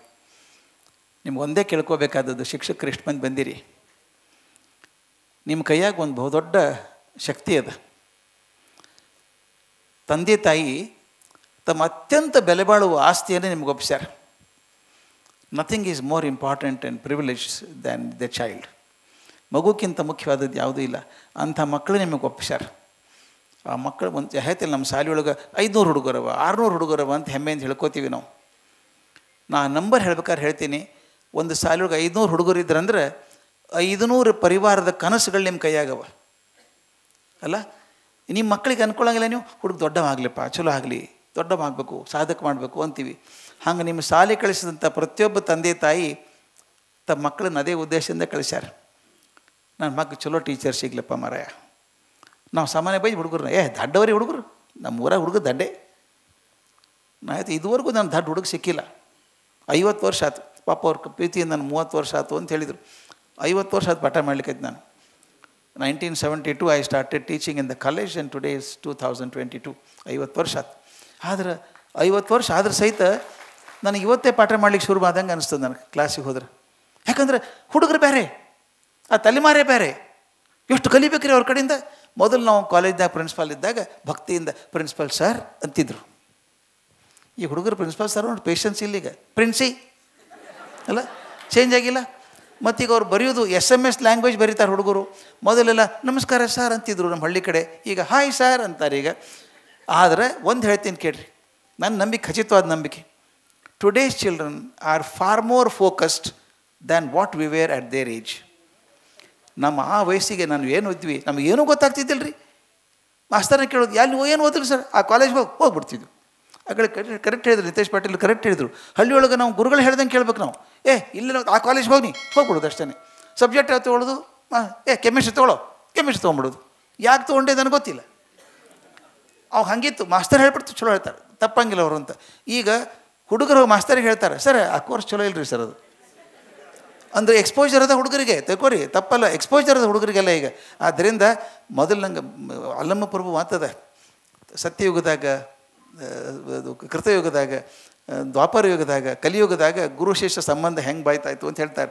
ಮೊದಲು ಬಡಿದ ಬುದ್ಧಿ ಹೇಳಿದರೆ ಮಹಾಪ್ರಸಾದವೆಂದನಯ್ಯ, ಆಮೇಲೆ ಝಂಕಿಸಿ ಹೇಳಿದರೆ ಮಹಾಪ್ರಸಾದವೆಂದನಯ್ಯ, ಬೈದ ಬುದ್ಧಿ ಹೇಳಿದರೆ ಮಹಾಪ್ರಸಾದವೆಂದನಯ್ಯ. ಕಲಿಯುಗದಲ್ಲಿ ಶ್ರೀಗುರು ಶಿಷ್ಯಂಗೆ ನಮಿಸಿ ಬುದ್ಧಿಯ ಕಲಿಸಿದರೆ ಮಹಾಪ್ರಸಾದವೆಂದನಯ್ಯ. ಅದನ್ನು ಭಾಳ ತಪ್ಪು ಇಂಟರ್ಪ್ರಿಟ್ ಮಾಡ್ತಾರೆ ಅದನ್ನು. ಅಂದರೆ ಮಾಸ್ತರ್ ಭಾಳ ವೀಕ್ ಆಗಿಬಿಟ್ರೆ ನಮಸ್ಕಾರ ಮಾಡ್ತಾರೆ ಅಂತ ಅಲ್ಲದು, ಹಂಗೆ ಅಲ್ಲದು. ಅಲ್ಲೊಬ್ಬರ ಉದ್ದೇಶ ಅಲ್ಲ. ಬರ್ಬರ್ತ ವ್ಯತ್ಯಯ ಹೆಂಗಾಗಿದೆ ಅಂದರೆ, ಮೊದಲು ಆಸಕ್ತಿ ಇಲ್ಲದ ಹುಡುಗ ಬರ್ತಿದ್ದ, ಬಡ್ದು ಕಲಿಸ್ತಿದ್ರು ಅವಾಗ. ಮುಂದೆ ಬಂದಾಗ ಶಿಕ್ಷಕನ ವಿದ್ಯಾರ್ಥಿ ಕಲಿಯುವ ಮಟ್ಟ ಹೆಚ್ಚಿಗೆ ಆಗಿದೆ. ಈಗ ಅವಕಾಶಗಳು ಹೆಚ್ಚಿಗೆ ಆಗಿಬಿಟ್ಟಾವೆ, ಬೇಕಾದಷ್ಟು ಅವಕಾಶ. ನಿಮಗೆ ಗೊತ್ತಿರೋದಿಲ್ಲ, ಹುಡುಗರು ಬಂದು ಹೇಳ್ತಾರೆ, ಸರ್ ನೀನು ನೋಡಿದ್ರೆ ಏನು ಸರ್ ನ್ಯಾಷನಲ್ ಜಾಗ್ರಫಿನಾಗೆ ಅಂತಾರೆ. ನಮ್ಮ ನ್ಯಾಷನಲ್ಲು ಗೊತ್ತಿಲ್ಲ, ಜಾಗ್ರಫಿಗೂ ಗೊತ್ತಿಲ್ಲ, ಹುಡುಗರಿಗೆ ಗೊತ್ತದೆ ಈಗ. ಆದ್ದರಿಂದ ಮೊದಲು ಹೇಳ್ತಿದ್ವಿ ನಾವು, ಹುಡುಗರ ಮಟ್ಟಕ್ಕೆ ಇಳಿದು ಪಾಠ ಮಾಡಿರಿ ಅಂತಿದ್ವಿ. ಈಗ ಸ್ವಲ್ಪ ರಿವರ್ಸ್ ಆಗಿದೆ. ಈಗ ಹುಡುಗರ ಮಟ್ಟಕ್ಕೆ ಏರಿ ಪಾಠ ಮಾಡಬೇಕಾಗ್ಯದ. ಆದ್ದರಿಂದ ನಾವು ತಯಾರಾಗಬೇಕು ಮೇಷ್ಟ್ರುಗಳು. ಆ ಮಕ್ಕಳನ್ನು ಕೊಟ್ಟಾರೆ ನಿಮ್ಮ ಕೈಯಾಗ, ದಡ್ಡ ಹುಡುಗರನ್ನು ದಯವಿಟ್ಟು ಅನ್ಬೇಡ್ರಿ. ನಾನು ಸಾಮಾನ್ಯವಾಗಿ ಹೇಳ್ತಿರ್ತೀನಿ ಅದನ್ನು. ಮೇಷ್ಟ್ರು ಹೇಳ್ತಾರೆ, ಇದ್ದಾನಲ್ರಿ ಏನೇನು ತಿಳಿದಿಲ್ಲ ರೀ ನಮ್ಗೆ, ಇಡೀ ವರ್ಷ ಪಾಠ ಮಾಡಿದೆ, ಏನೂ ತಿಳಿದಿಲ್ಲ ನೋಡ್ರಿ ಅವ್ನು, ದಡ್ಡ ಇದ್ದಾನವ, ಇಡೀ ವರ್ಷ ಪಾಠ ಮಾಡಿದೆ ಅಂತಾರೆ. ನಾ ಪ್ರಶ್ನೆ ತಿರುಗಿಸಿ ಕೇಳ್ತೀನಿ ಯಾವಾಗಲೂ ಟೀಚರ್ಗಳಿಗೆ, ಅವ್ನು ಇಡೀ ವರ್ಷ ಕಲಿಸಿ ತಿಳಿಲಿಲ್ಲಲ್ಲ, ಮತ್ತು ಇಡೀ ವರ್ಷ ತಿಳಿಲಾರ್ದಂಗೆ ಹೆಂಗೆ ಪಾಠ ಮಾಡಿದ್ರಿ ನೀವು ಅಂತ. ಇಡೀ ವರ್ಷ ತಿಳಿಲಾರ್ದಂಗೆ ಪಾಠ ಮಾಡಿದ್ದು ಹೆಂಗೆ ಮಾಡಿದ್ರಿ? ಪ್ರಾಬ್ಲಮ್ ಅವನದಲ್ಲ, ನಿಮ್ಮದು. ಈಗ ನಾನು ಮಾತಾಡ್ಲಿಕ್ಕೆ ನಿಂತೀನಿ, ಈಗ ಮಾತಾಡಿದ್ರೆ ಏನು ಮಾತಾಡಿದ್ದೇನಪ್ಪ ಅವ ತಿಳಿಲೇ ಇಲ್ಲ ಅಂದ್ರೆ ನಾ ಫೇಲ್ ಆದೆ, ನೀವು ಫೇಲ್ ಆಗಿಲ್ಲ, ಫೇಲ್ ನಾನು ಅದೇ. ಯಾಕಂದರೆ ಮಾತಾಡೋ ಜವಾಬ್ದಾರಿ ನಂದು, ನಿಮಗೆ ತಿಳಿಯೋ ಹಂಗೆ ಮಾತಾಡೋ ಕೆಲಸ ನಂದು. ನಿಮಗೆ ತಿಳಿಲಿಲ್ಲ ಅಂದ್ರೆ ನಾ ಫೇಲ್ ಆದೆ. ಆದ್ದರಿಂದ ಶಾಲೆಯೊಳಗೆ ಹುಡುಗರು ದಡ್ಡವ ಅಂತ ಅನ್ಲಿಕ್ಕೆ ಹೋಗ್ಬೇಡ್ರಿ. ಆದರೆ ನೀವು ಅವ ಅಪ್ಪನ ಕೇಳಿ ನೋಡ್ರಿ, ಯಾವ ತಾಯಿ ಕೂಡ ನನ್ನ ಮಗ ದಡ್ಡ ಅನ್ನಂಗಿಲ್ಲ. ಗಣಿತ ಬರೋದಿಲ್ಲ ರೀ ಸರ್, ಹುಡುಗ ಭಾಳ ಶಾಣೆ ಇದ್ದಾನೆ ರೀ. ಗಣಿತ ಬಂದರೆ ಶಾಣೆ ಇರ್ಬೇಕಂತೇನಿಲ್ಲ. ಭಾಳ ಮಂದಿ ಗಣಿತ ಓದಿ ದಡ್ಡಾಗ್ಯಾರ, ಗಣಿತ ಬರಲಾರ್ದ ಪಂಡಿತರಾಗ್ಯಾರ. ಆದ್ದರಿಂದ ಒಂದು ವಿಷಯ ಬರಲಿಲ್ಲ ಅಂದರೆ ಹುಡುಗ ದಡ್ಡ ಅನ್ಬೇಡ್ರಿ. ತೆಂಡೂಲ್ಕರ್ 11ನೇ ಕ್ಲಾಸ್ ಪಾಸೇ ಆಗಲಿಲ್ಲ ಗಣಿತ. ಅದ್ರ ಬಗ್ಗೆ ಎಲ್ಲೂ ಬರೆದಿದ್ದೆ, ನಾನು ಅದನ್ನು ಹೇಳಿದ್ದೆ ಕೂಡ. ನನ್ನ ಅಕ್ಕನ ಗೆಳತಿ ಶಾರದಾಶ್ರಮ ಸ್ಕೂಲ್ನ ಟೀಚರ್ ಆಕೆ. ತಿರುಗಿ ಮರಿಗೆ ಬರಾಕೆ ನನಗೆ ಹೇಳೋಕ್ಕೆ, ಏನು ದಡ್ಡವನು ಹುಡುಗರು ಕ್ಲಾಸ್ನಾಗ ಮಾರಾಯ, ಒಳಗೆ ಹೋದ್ರೆ ಕಡಿ ಸಾಲಿನಾಗ ಕೂತಿರ್ತಾವಲ್ಲ ತುಕ್ಕಡಿಸ್ತಾವೆ, ಅವ್ರು ನೋಡಿದ್ರೆ ನನಗೆ ಬರೋ ಗಣಿತ ಮರೆತು ಹೋಗ್ತದೆ, ಭಾಳ ದಡ್ಡವ ಅಂತಿದ್ಲು. ಅದ್ರಾಗ ಒಬ್ಬವ ಸಚಿನ್ ತೆಂಡೂಲ್ಕರ್. ಅವ ತಿರುಗಿ ಬರೋ ಸಿಟ್ಟು ಬರ್ತಿತ್ತು ನನಗೆ. I like Tendulkar so much, I like him so much. ಬಂದು ಅವ್ನು ಗಣಿತ ಬರೋದಿಲ್ಲ ಅಂತಿದ್ಲು. ನಾ ಅದೇ ನೋಡಿ ತಿರಿಮಿರಿ ಬೈಬೇಡ, ಅವಂಗೆ ಗಣಿತ ಬರೋದಿಲ್ಲ ಅನ್ಬೇಡ. ನಿನ್ನ ಗಣಿತ ಅವ್ನಿಗೆ ಬರೋದಿಲ್ಲ, ಅವನ ಗಣಿತ ನಿನಗೆ ಬರೋದಿಲ್ಲ. ಅವನದೇನು ಗಣಿತ ಅಂತ ಕೇಳಲಿಕ್ಕೆ ಇರೋದು 5 ಫೂಟ್ 4 ಇಂಚ್ ಇದ್ದಾನು. 4 ಇಂಚ್ ಆಗಲಿ ಬ್ಯಾಟ್ ಹಿಡ್ಕೊಂಡು ನಿಂದಿರ್ತಾನೆ. ಅಲ್ಲಿ ಒಂದು ತಪ್ಪಿಸ್ಬೇಕು ಅಂತ ತಿಳ್ಕೊಂಡೆ ತಾಸಿಗೆ 150 ಕಿಲೋಮೀಟ್ರ್ ವೇಗದಾಗ ಚೆಂಡು ಹೋಗಿತಾನ. ತಪ್ಪಿಸ್ಬೇಕಂತ ಹೋಗಿದ್ದಾವ. ಒಂದು 1/4 ಸೆಕೆಂಡ್ನಾಗ ಬಂದುಬಿಡ್ತದೆ ಬಾಲ್. ಅದು ಅಷ್ಟರೊಳಗೆ ಎಡಗಾಲು ಎಷ್ಟು ಮುಂದೆ ಇಡಬೇಕು, ಬ್ಯಾಟ್ ಯಾವ ಡಿಗ್ರಿ ತರಬೇಕು, ಯಾವ ಕಡೆ ಹೊಡಿಬೇಕು, ಮ್ಯಾಲೆ ಹೊಡಿಬೇಕು, ಕೆಳಗೆ ಹೊಡಿಬೇಕು, ಪ್ಲೇಯರ್ಸ್ ಎಲ್ಲಿದ್ದಾರೆ ಎಲ್ಲ ನೋಡಿ ಹೊಡಿತಾನೆ. ಬಾಲ್ ಬೌಂಡ್ರಿ ದಾಟಿದಾಗ ಕೋಟಿಗಟ್ಟಲೆ ಜನ ಇದ್ದು ಲವ್ಲಿ ಶಾಟ್ ಅಂತಾರೆ. ಗಣಿತ ಅಲ್ಲ ಅದು, ಕ್ಯಾಲ್ಕುಲೇಷನ್ ಮಾಡೋದು. ಅವನ ಜಾಗದ ನೀ ಏನರೇ ಇದ್ದೆ ಅಂದರೆ ಆರ್ಥೋಪೆಡಿಕ್ ಹಾಸ್ಪಿಟಲ್ನಾಗೆ ಇರ್ತಿದ್ದೆ, ಹೌದಲ್ಲ? ಅಂದ್ರೆ ದಟ್ ಅಂತ ಹೆಂಗೆ ಅನ್ನೋದ್ರಿ, ಹೆಂಗೆ ಅನ್ನೋದು? Youngest Bharat Ratna of India, youngest Bharat Ratna. ಆದ್ದರಿಂದ ದಡ್ಡತನ ಅನ್ನೋದಿಲ್ಲ. ಅವನ ಗುಣ ಅರ್ಥ ಮಾಡ್ಕೊಳ್ಳೋದು ನನ್ನ ಕೆಲಸದ. ದಯವಿಟ್ಟು ಶಿಕ್ಷಕರ ಕೈ ಮುಗಿದು ಬಿಡ್ಕೋತೀನಿ ನಾನು. ಯಾರೂ ದಡ್ಡ ಅನ್ಬೇಡ್ರಿ, ಅವರಲ್ಲಿ ಏನದ ಕಂಡು ಹಿಡ್ಕೊಳ್ಳೋದು ನನ್ನ ಕೆಲಸ. ಒಂದು ವಿಷಯ ಹೇಳ್ಬಿಡ್ಬೇಕು ನಿಮಗೆ ಇವತ್ತು. ಜಿನಿವಾ ಅಂತ ಒಂದು ಜಾಗ ಅದು ಸ್ವಿಟ್ಜರ್ಲೆಂಡ್ನಾಗ. ಅಲ್ಲಿ ಒಂದು ಕಾನ್ಫರೆನ್ಸ್ ಇತ್ತು ಯುರೋಪ್ನಾಗ. ಅದಕ್ಕೆ ನಾನು ಸಣ್ಣ ಕಮಿಟಿಗೆ ಅಧ್ಯಕ್ಷ ಆಗಿದ್ದೆ. ಭಾಳ ಜಗಳಾಡ್ತಾರೆ ಯುರೋಪ್ನಾಗ. ಅದು ಚಲೋ ಅಂದರೆ ಸುಮ್ಮನೆ ಜಗಳಾಡೋದಿಲ್ಲ, ವಿಷಯದ ಮೇಲೆ ಜಗಳಾಡ್ತಾರೆ. ಶಿಕ್ಷಣ ಅಂದ್ರೇನು? ಎಜುಕೇಷನ್ ಅಂತ ಪದ ಅದ. ಎಜುಕೇಷನ್ ಪದ ಹೆಂಗೆ ಬಂತು ನಮಗೆಲ್ಲ ಗೊತ್ತದ. ಲ್ಯಾಟಿನ್ ಪದ ಎಡ್ಯುಕೇರ್, ಎಡ್ಯುಕೇರ್ ಅಂತ ಹೇಳ್ತಾರೆ. ಅಲ್ಲಿ 2 ಗುಂಪವ ಯುರೋಪ್ನಾಗ ಎಲ್ಲ ಕಡೆನೂ, ಜರ್ಮನಿ, ಫ್ರಾನ್ಸ್, ಎಲ್ಲಿ ಹೋದರೂ ಜಗಳ ಅವ್ರದ್ದು. ಎಡ್ಯುಕೇರ್ ಅಲ್ಲ, ಎಜುಕೇಷನ್ ರೂಟ್ ಎಡ್ಯುಸೆರೆ ಅಂತ. ಎಡ್ಯುಸೆರೆ ಸರಿ ಅಂತ ಕೆಲವರು, ಎಡ್ಯುಕೇರ್ ಕೆಲವರು ಅಂತ ಕೆಲವರು. ಆ ಡಿಸ್ಕಷನ್ ನಾನು ಚೇರ್ಮನ್. ಅದಕ್ಕೆ ಹೊಡೆದಾಡ್ಬಿಟ್ರು ಜಗಳ. ಎಡ್ಯುಕೇರ್ ಕರೆಕ್ಟು. ಎಡ್ಯುಕೇರ್ ಅಂದ್ರೇನು? ಟು ಬ್ರಿಂಗ್ ಔಟ್, ಒಳಗಿರೋ ಶಕ್ತಿಯನ್ನು ತಂದು ಹೊರಗೆ ತರಬೇಕು, ಒಳಗೆ ಹುಡುಗ ಶಕ್ತಿಯನ್ನು ಹೊರಗೆ ತರಬೇಕು, ಡ್ರಿಲ್ ಮಾಡಬೇಕು, ಪಕ್ಕಾ ಮಾಡಬೇಕು ಅವನ್ನ. ಇದು ಎಡ್ಯುಕೇರ್. ಇನ್ನು ಕೆಲವರು ಅದಲ್ಲ ಅದಲ್ಲ ಅದ. ಎಡ್ಯುಸೆರೆ ಅಂದರೆ ದಾಟಿ ಹೋಗೋದು, ಗೊತ್ತಿಲ್ಲದಕ್ಕೆ ಹೋಗಬೇಕು, ದಾಟಿ ಹೋಗಬೇಕು ಅಂತ. ಇಬ್ಬರು ಜಗಳಾಡಿದ್ರು, ಇಬ್ಬರು ಪೇಪರ್ ಪ್ರೆಸೆಂಟೇಷನ್ ಮಾಡಿದ್ರು. ನಾನು ಅಧ್ಯಕ್ಷ, ಕಡೆಗೆ ಸಮರೈಸ್ ಮಾಡಬೇಕಲ್ಲ. ನಾನು ಹೇಳಿದೆ, ಯಾಕೆ ಜಗಳಾಡ್ತಾರೋ ಗೊತ್ತಾಗಲಿಲ್ಲಪ್ಪ, ಇಬ್ಬರು ಬೇಕು ನಮಗೆ ಅಂತ ಇದೆ. Education is both educere and educare. ದಯವಿಟ್ಟು ಗಮನ ಮಾಡಿರಿ. ಇವೆಲ್ಲ ಸಂಗೀತ ಗೊತ್ತಿದ್ದವರಿದ್ದೀರಿ ಸಾಕಷ್ಟು ಮಂದಿ. ಒಂದು ಸಂಗೀತದಾಗ ಒಂದು ಯಾವಾಗಲೂ ರಾಗ ಅಂತದ. ಒಂದೊಂದು ರಾಗ ಕಲೀಲಿಕ್ಕೆ ಮಂದಿ 10 ವರ್ಷ ಕಳೆದಾರೆ. ರಾಗ ಮಾಲ್ಕೌನ್ಸ್ ಕಲೀಲಿಕ್ಕೆ ಎಷ್ಟು ಮಂದಿ ಹೋಗ್ತಾರೆ, ಕಲಿತಾರೆ. ತೋಡಿ ಕಲಿಬೇಕು ಅಂತ ಹೋಗ್ತಾರೆ. ಒಂದು ರಾಗ ಕಲಿಬೇಕಾದ್ರೆ ಏನು ಮಾಡಬೇಕಾಗ್ತದೆ? ಆ ರಾಗದ ಬೌಂಡ್ರಿ ಅವ, ಆ ರಾಗದ್ದೊಂದು ಆರೋಹಣ ಅವರೋಹಣ ಅಂತದೆ, ಅದೆಲ್ಲ ಕಲ್ಕೋಬೇಕು. ದಾಟಿ ಹೋದ್ರೆ ಬೇಸೂರು ಆಯ್ತು ನೋಡ್ರಿ ಹಾಡಿದ್ದು ಅಂತ, ರಾಗ ತಪ್ಪಿ ಹೋತು ಅಂತಾರೆ. ಅಂದ್ರೆ ರಾಗದ ಮಿತಿಗಳನ್ನು ಚೆನ್ನಾಗಿ ತಿಳ್ಕೋಬೇಕು. ಆದರೆ ಮಿತಿಗಳು ಒಳಗೆ ಕೂತ್ಕೊಂಡ್ರೆ ಹೊಸ ರಾಗ ಸೃಷ್ಟಿ ಹೆಂಗೆ ಮಾಡ್ತೀರಿ ನೀವು? ಬಾಲಮುರಳಿಕೃಷ್ಣ ಅಂತ ಜೀನಿಯಸ್ 60-70 ರಾಗ ಸೃಷ್ಟಿ ಮಾಡಬೇಕಾದ್ರೆ ಹೆಂಗೆ? ಅದಕ್ಕೆ ಹೇಳ್ತೀನಿ, ಮೊದಲು ರಾಗದ ಮಿತಿಗಳನ್ನು ಗೊತ್ತು ಮಾಡ್ಕೋಬೇಕು, ಚೆನ್ನಾಗಿ ತಿಳ್ಕೋಬೇಕು. ಆದರೆ ಅಲ್ಲೇ ಕೊಡಬಾರ್ದು, ದಾಟಿ ಹೋಗ್ಬೇಕು, ಸೀಮೋಲ್ಲಂಘನ ಮಾಡಬೇಕು. ಎರಡೂ ಆಗ್ಬೇಕು ಶಿಕ್ಷಕರು ಮಕ್ಕಳು ಮಾಡಬೇಕಾದ್ರೆ. ಮೊದಲು ಅವ್ನಿಗೆ ಏನು ಗೊತ್ತಿಲ್ಲ ಕಲಿಸ್ಬೇಕು. ಗೊತ್ತಾದ್ಮೇಲೆ ಇಲ್ಲೇ ನಿಂದ್ರೆ ಬೇಡ ಹುಡುಗ, ನೀನು ಮುಂದೆ ಹೋಗು, ಜಗತ್ತಿನ ಮುಂದದ ಅಂತ ಕಳಿಸ್ಬೇಕು. ಗೊತ್ತಿರೋ ವಿಷಯವನ್ನು ತಿಳಿಸಿ ದಾಟಿ ಮುಂದೆ ಹೋಗಬೇಕು. ಇದು ದೊಡ್ಡವ್ರು ಮಾಡೋದು ಹೆಂಗೆ ಸಾಧ್ಯ ಅದ? ನೀವು ದೊಡ್ಡವ್ರು ಮಾಡಬೇಕಾದ್ರೆ ಎರಡೂ ಕಲಿಸ್ಬೇಕು. ಹುಡುಗನಲ್ಲಿ ಏನು ಶಕ್ತಿ ಇದೆ ಅಂತ ತಿಳ್ಕೋಬೇಕು. ನಿನ್ನ ಶಕ್ತಿ ಹಿಂಗದ ಹುಡುಗ, ಇನ್ನು ನೀ ಆ ಮಟ್ಟಕ್ಕೆ ಹೋಗ್ಲಿಕ್ಕೆ ಶಕ್ತಿ ಅದ, ನಿನಗೆ ಹೋಗು ಅಂತ ಪುಷ್ ಮಾಡಬೇಕು ಅದನ್ನು. ಹಾಗೆ ಮಾಡಿದಾಗ ಮಕ್ಕಳು ಬಹಳ ದೊಡ್ಡವರಾಗ್ತಾರೆ. ದೊಡ್ಡ ಜವಾಬ್ದಾರಿ ನಮ್ಮ ಮೇಲದೆ. ಜಾಸ್ತಿ ಮಾತಾಡೋದಿಲ್ಲ. ಇನ್ನು ಒಂದು ಕತೆ ಹೇಳಿ ಮುಗಿಸ್ಬಿಡ್ತೀನಿ. ಅದ್ಭುತ ಕಥೆ ಅದು. ಇದನ್ನು ಹೇಳಿದ್ದು ಡಾಕ್ಟರ್ ಸರ್ವಪಲ್ಲಿ ರಾಧಾಕೃಷ್ಣನವರು. ಯಾಕಂದ್ರೆ ನಾವು ಶಿಕ್ಷಕರ ಬಗ್ಗೆ ಮಾತಾಡಬೇಕಾದ್ರೆ ರಾಧಾಕೃಷ್ಣವ್ರು ನೆನೆಸ್ಕೊಳ್ಬೇಕು ನಾವು. ಅವ್ರ ಕತೆ ಅವ್ರದ್ದಲ್ಲದು, H.G. ವೆಲ್ಸ್ ಬರೆದಂಥ ಕತೆ. ಅದನ್ನು ಮಾಡಿಫೈ ಮಾಡಿದರು, ಚಂದ ಮಾಡಿದರು. ಅವ್ರು ಹೇಳ್ತಾರೆ, ಒಂದು ಸಲ ಭಗವಂತ ಭೂಮಿಗೆ ಬಂದಂತ. ಭೂಮಿಗೆ ಬಂದ, ಮಕ್ಕಳೆಲ್ಲ ಹೆಂಗಿದ್ದಾರೆ ನೋಡಬೇಕು ಮಂದಿ ಅಂತ ಬಂದ. ಒಂದು ಹಳ್ಳಿಗೆ ಹೋದ. ಹಳ್ಳಿ ಒಳಗೆ ಹೋಗಿ ನೋಡ್ತಾನೆ, ಒಬ್ಬ ಮನುಷ್ಯ ಮೈ ಮರೆತು ಕುಡಿದು ಮಲ್ಕೊಂಡ್ಬಿಟ್ಟಾನೆ. ಎಚ್ಚರ ಇಲ್ಲ, ಕುಡಿದು ಮಲ್ಕೊಂಡ್ಬಿಟ್ಟಾನೆ. ಭಾಳ ಕೆಟ್ಟ ಅನಿಸ್ತು ದೇವರಿಗೆ. ಯಾಕಪ್ಪ ಹುಡುಗ, ನೀನು ಜೀವನ ಕೆಟ್ಟ ಕೆಲಸ ಕಳೀಲಿಕ್ಕತ್ತಿ, ಕುಡ್ತಾ ಗಿಡ್ತಾ ಯಾಕೆ ಕಳೀತಿ ನಿನ್ನ ಕೆಲಸ, ಜೀವನ ಮಾಡಬೇಡ ಅಂದರು. ಆಮೇಲೆ ದೇವರ ಏನು ಮಾಡಲಿ, ನನ್ನ ಕುಷ್ಠರೋಗ ಆಗಿತ್ತು, ನೀ ಕಮ್ಮಿ ಮಾಡಿಬಿಟ್ಟು ಸಂಭ್ರಮ ಕುಡಿಲಿಕ್ಕತ್ತೀನಿ ಅಂದ. ದೇವ್ರು ಕೆಟ್ಟ ಅನಿಸಿ ಮುಂದೆ ಹೋದ್ನಂತ.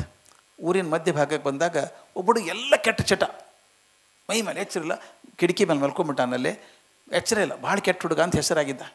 ದೇವ್ರು ಹೋಗಿದ್ದಂತ, ಯಾಕಪ್ಪ ಇಡೀ ಜೀವನ ಹಾಳು ಮಾಡ್ಕೋತಿ ಕೆಟ್ಟ ಕೆಲಸದಾಗ ಅಂತ ಹೇಳಿದಂತ.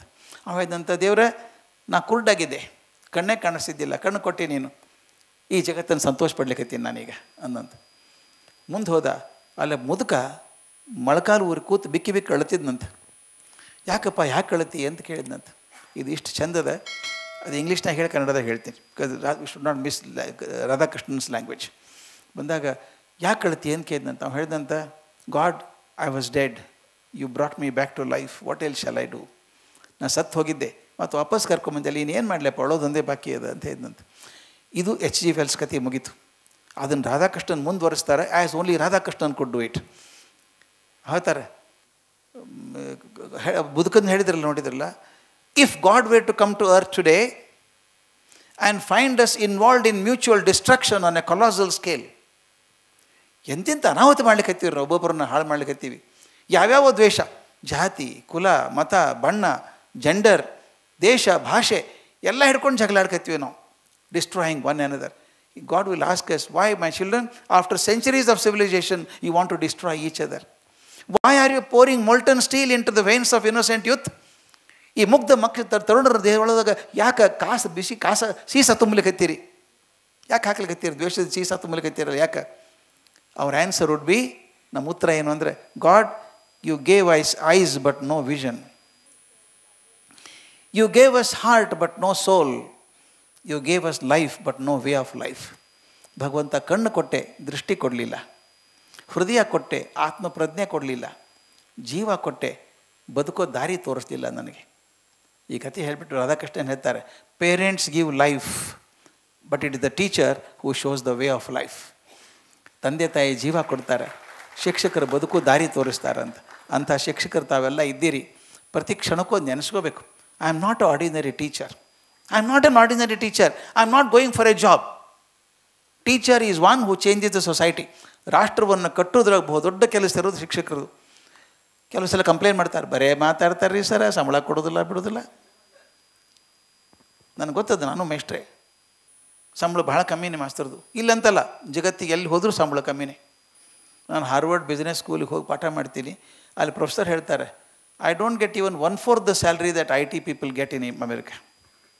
ಆದರೆ ಪ್ರೊಫೆಸರ್ ಆಫ್ ಹಾರ್ವರ್ಡ್ಗೆ ಇರುವಂಥ ಮರ್ಯಾದೆ IT ಕಂಪ್ನಿಗೆ ಯಾರಿಗೂ ಗೊತ್ತಿಲ್ಲ. ಆದ್ದರಿಂದ ನಮ್ಮ ಗೌರವ ಹಣದಿಂದ ಅಳೆಯೋದು ಬೇಡ. ನಾಳೆ ಇದು ಆಗೋದು ನಿಮ್ಗೊಬ್ಬರಿಗೆ ಮಾತ್ರ, ಯಾರಿಗೂ ಆಗ್ಲಿಕ್ಕೆ ಸಾಧ್ಯ ಇಲ್ಲ. ನಿಮ್ಗೆ 55 ವರ್ಷ ಆಗಿರ್ತದೆ, ತರಕಾರಿ ತೊಗೊಂಡು ಫುಟ್ಪಾತ್ನಲ್ಲಿ ಹೋಗ್ತಿರ್ತೀರಿ, ಒಂದು ದೊಡ್ಡ ಕಾರ್ ಬಂದು ನಿಂದಿರ್ತದೆ, ಮಗ ದೊಡ್ಡ ಕಾರ್ ಬಂದು ನಿಂದಿರ್ತದೆ. ಯಾವುದಪ್ಪ ಇದು ಅಂತೀರಿ ನೀವು. ಒಬ್ಬ ಮನುಷ್ಯ ಇಳಿತಾನೊಳಗೆ, ದಾಂಡಿಗ 6 ಫುಟ್ 4 ಇಂಚು ಬರ್ತಾನೆ, ಬಂದು ನಮಸ್ಕಾರ ಮಾಡ್ತಾನೆ. ಮೇಡಮ್ ನೆನಪದೇನು ರೀ ಮೇಡಮ್, ನಾನು ನಿಮ್ಮ ಸ್ಟೂಡೆಂಟ್ ಆಗಿದ್ದೆ, ನೀವು 6ನೇ ಕ್ಲಾಸ್ ಟೀಚರ್ ಆಗಿದ್ದೀರಿ ನನಗೆ ಅಂತಾನೆ. ಹೆಂಗೆ ಗುರ್ತತ್ತದ ಒಂದು ದೈತ್ಯಾಗನೀಗಮ್ಮ, ಗುರ್ತು ಹತ್ತಲಿಲ್ಲಪ್ಪ ಅಂತ ಹಿಂಗೆ ಹೆಸರು ಹೇಳ್ತಾನೆ, ಇಂಥ ಬ್ಯಾಚ್ ರೀ ಅಂತ ಹೇಳ್ತಾನೆ. ಏನು ಮಾಡ್ತೀಪ್ಪ ಈಗ ಅಂತ ಕೇಳ್ತೀರಿ ನೀವು. ಕಲ್ಪನೆ ಮಾಡ್ಕೋರಿ, ಹಂಗೆ ಹೇಳಿದಾಗಮ್ಮ, ಮೇಡಮ್ ನಾನೀಗ ಉತ್ತರ ಪ್ರದೇಶ್ ಗವರ್ನರ್ ಆಗೀನಿ ಅಂತಾನೆ. Governor of Uttar Pradesh ಅನ್ಸಂಗಿಲ್ಲ? Governor of Uttar Pradesh ಅದು ಬಂದು ಕಾಲು ಮುಟ್ಟಿ ನಮಸ್ಕಾರ ಮಾಡ್ತಾನೆ.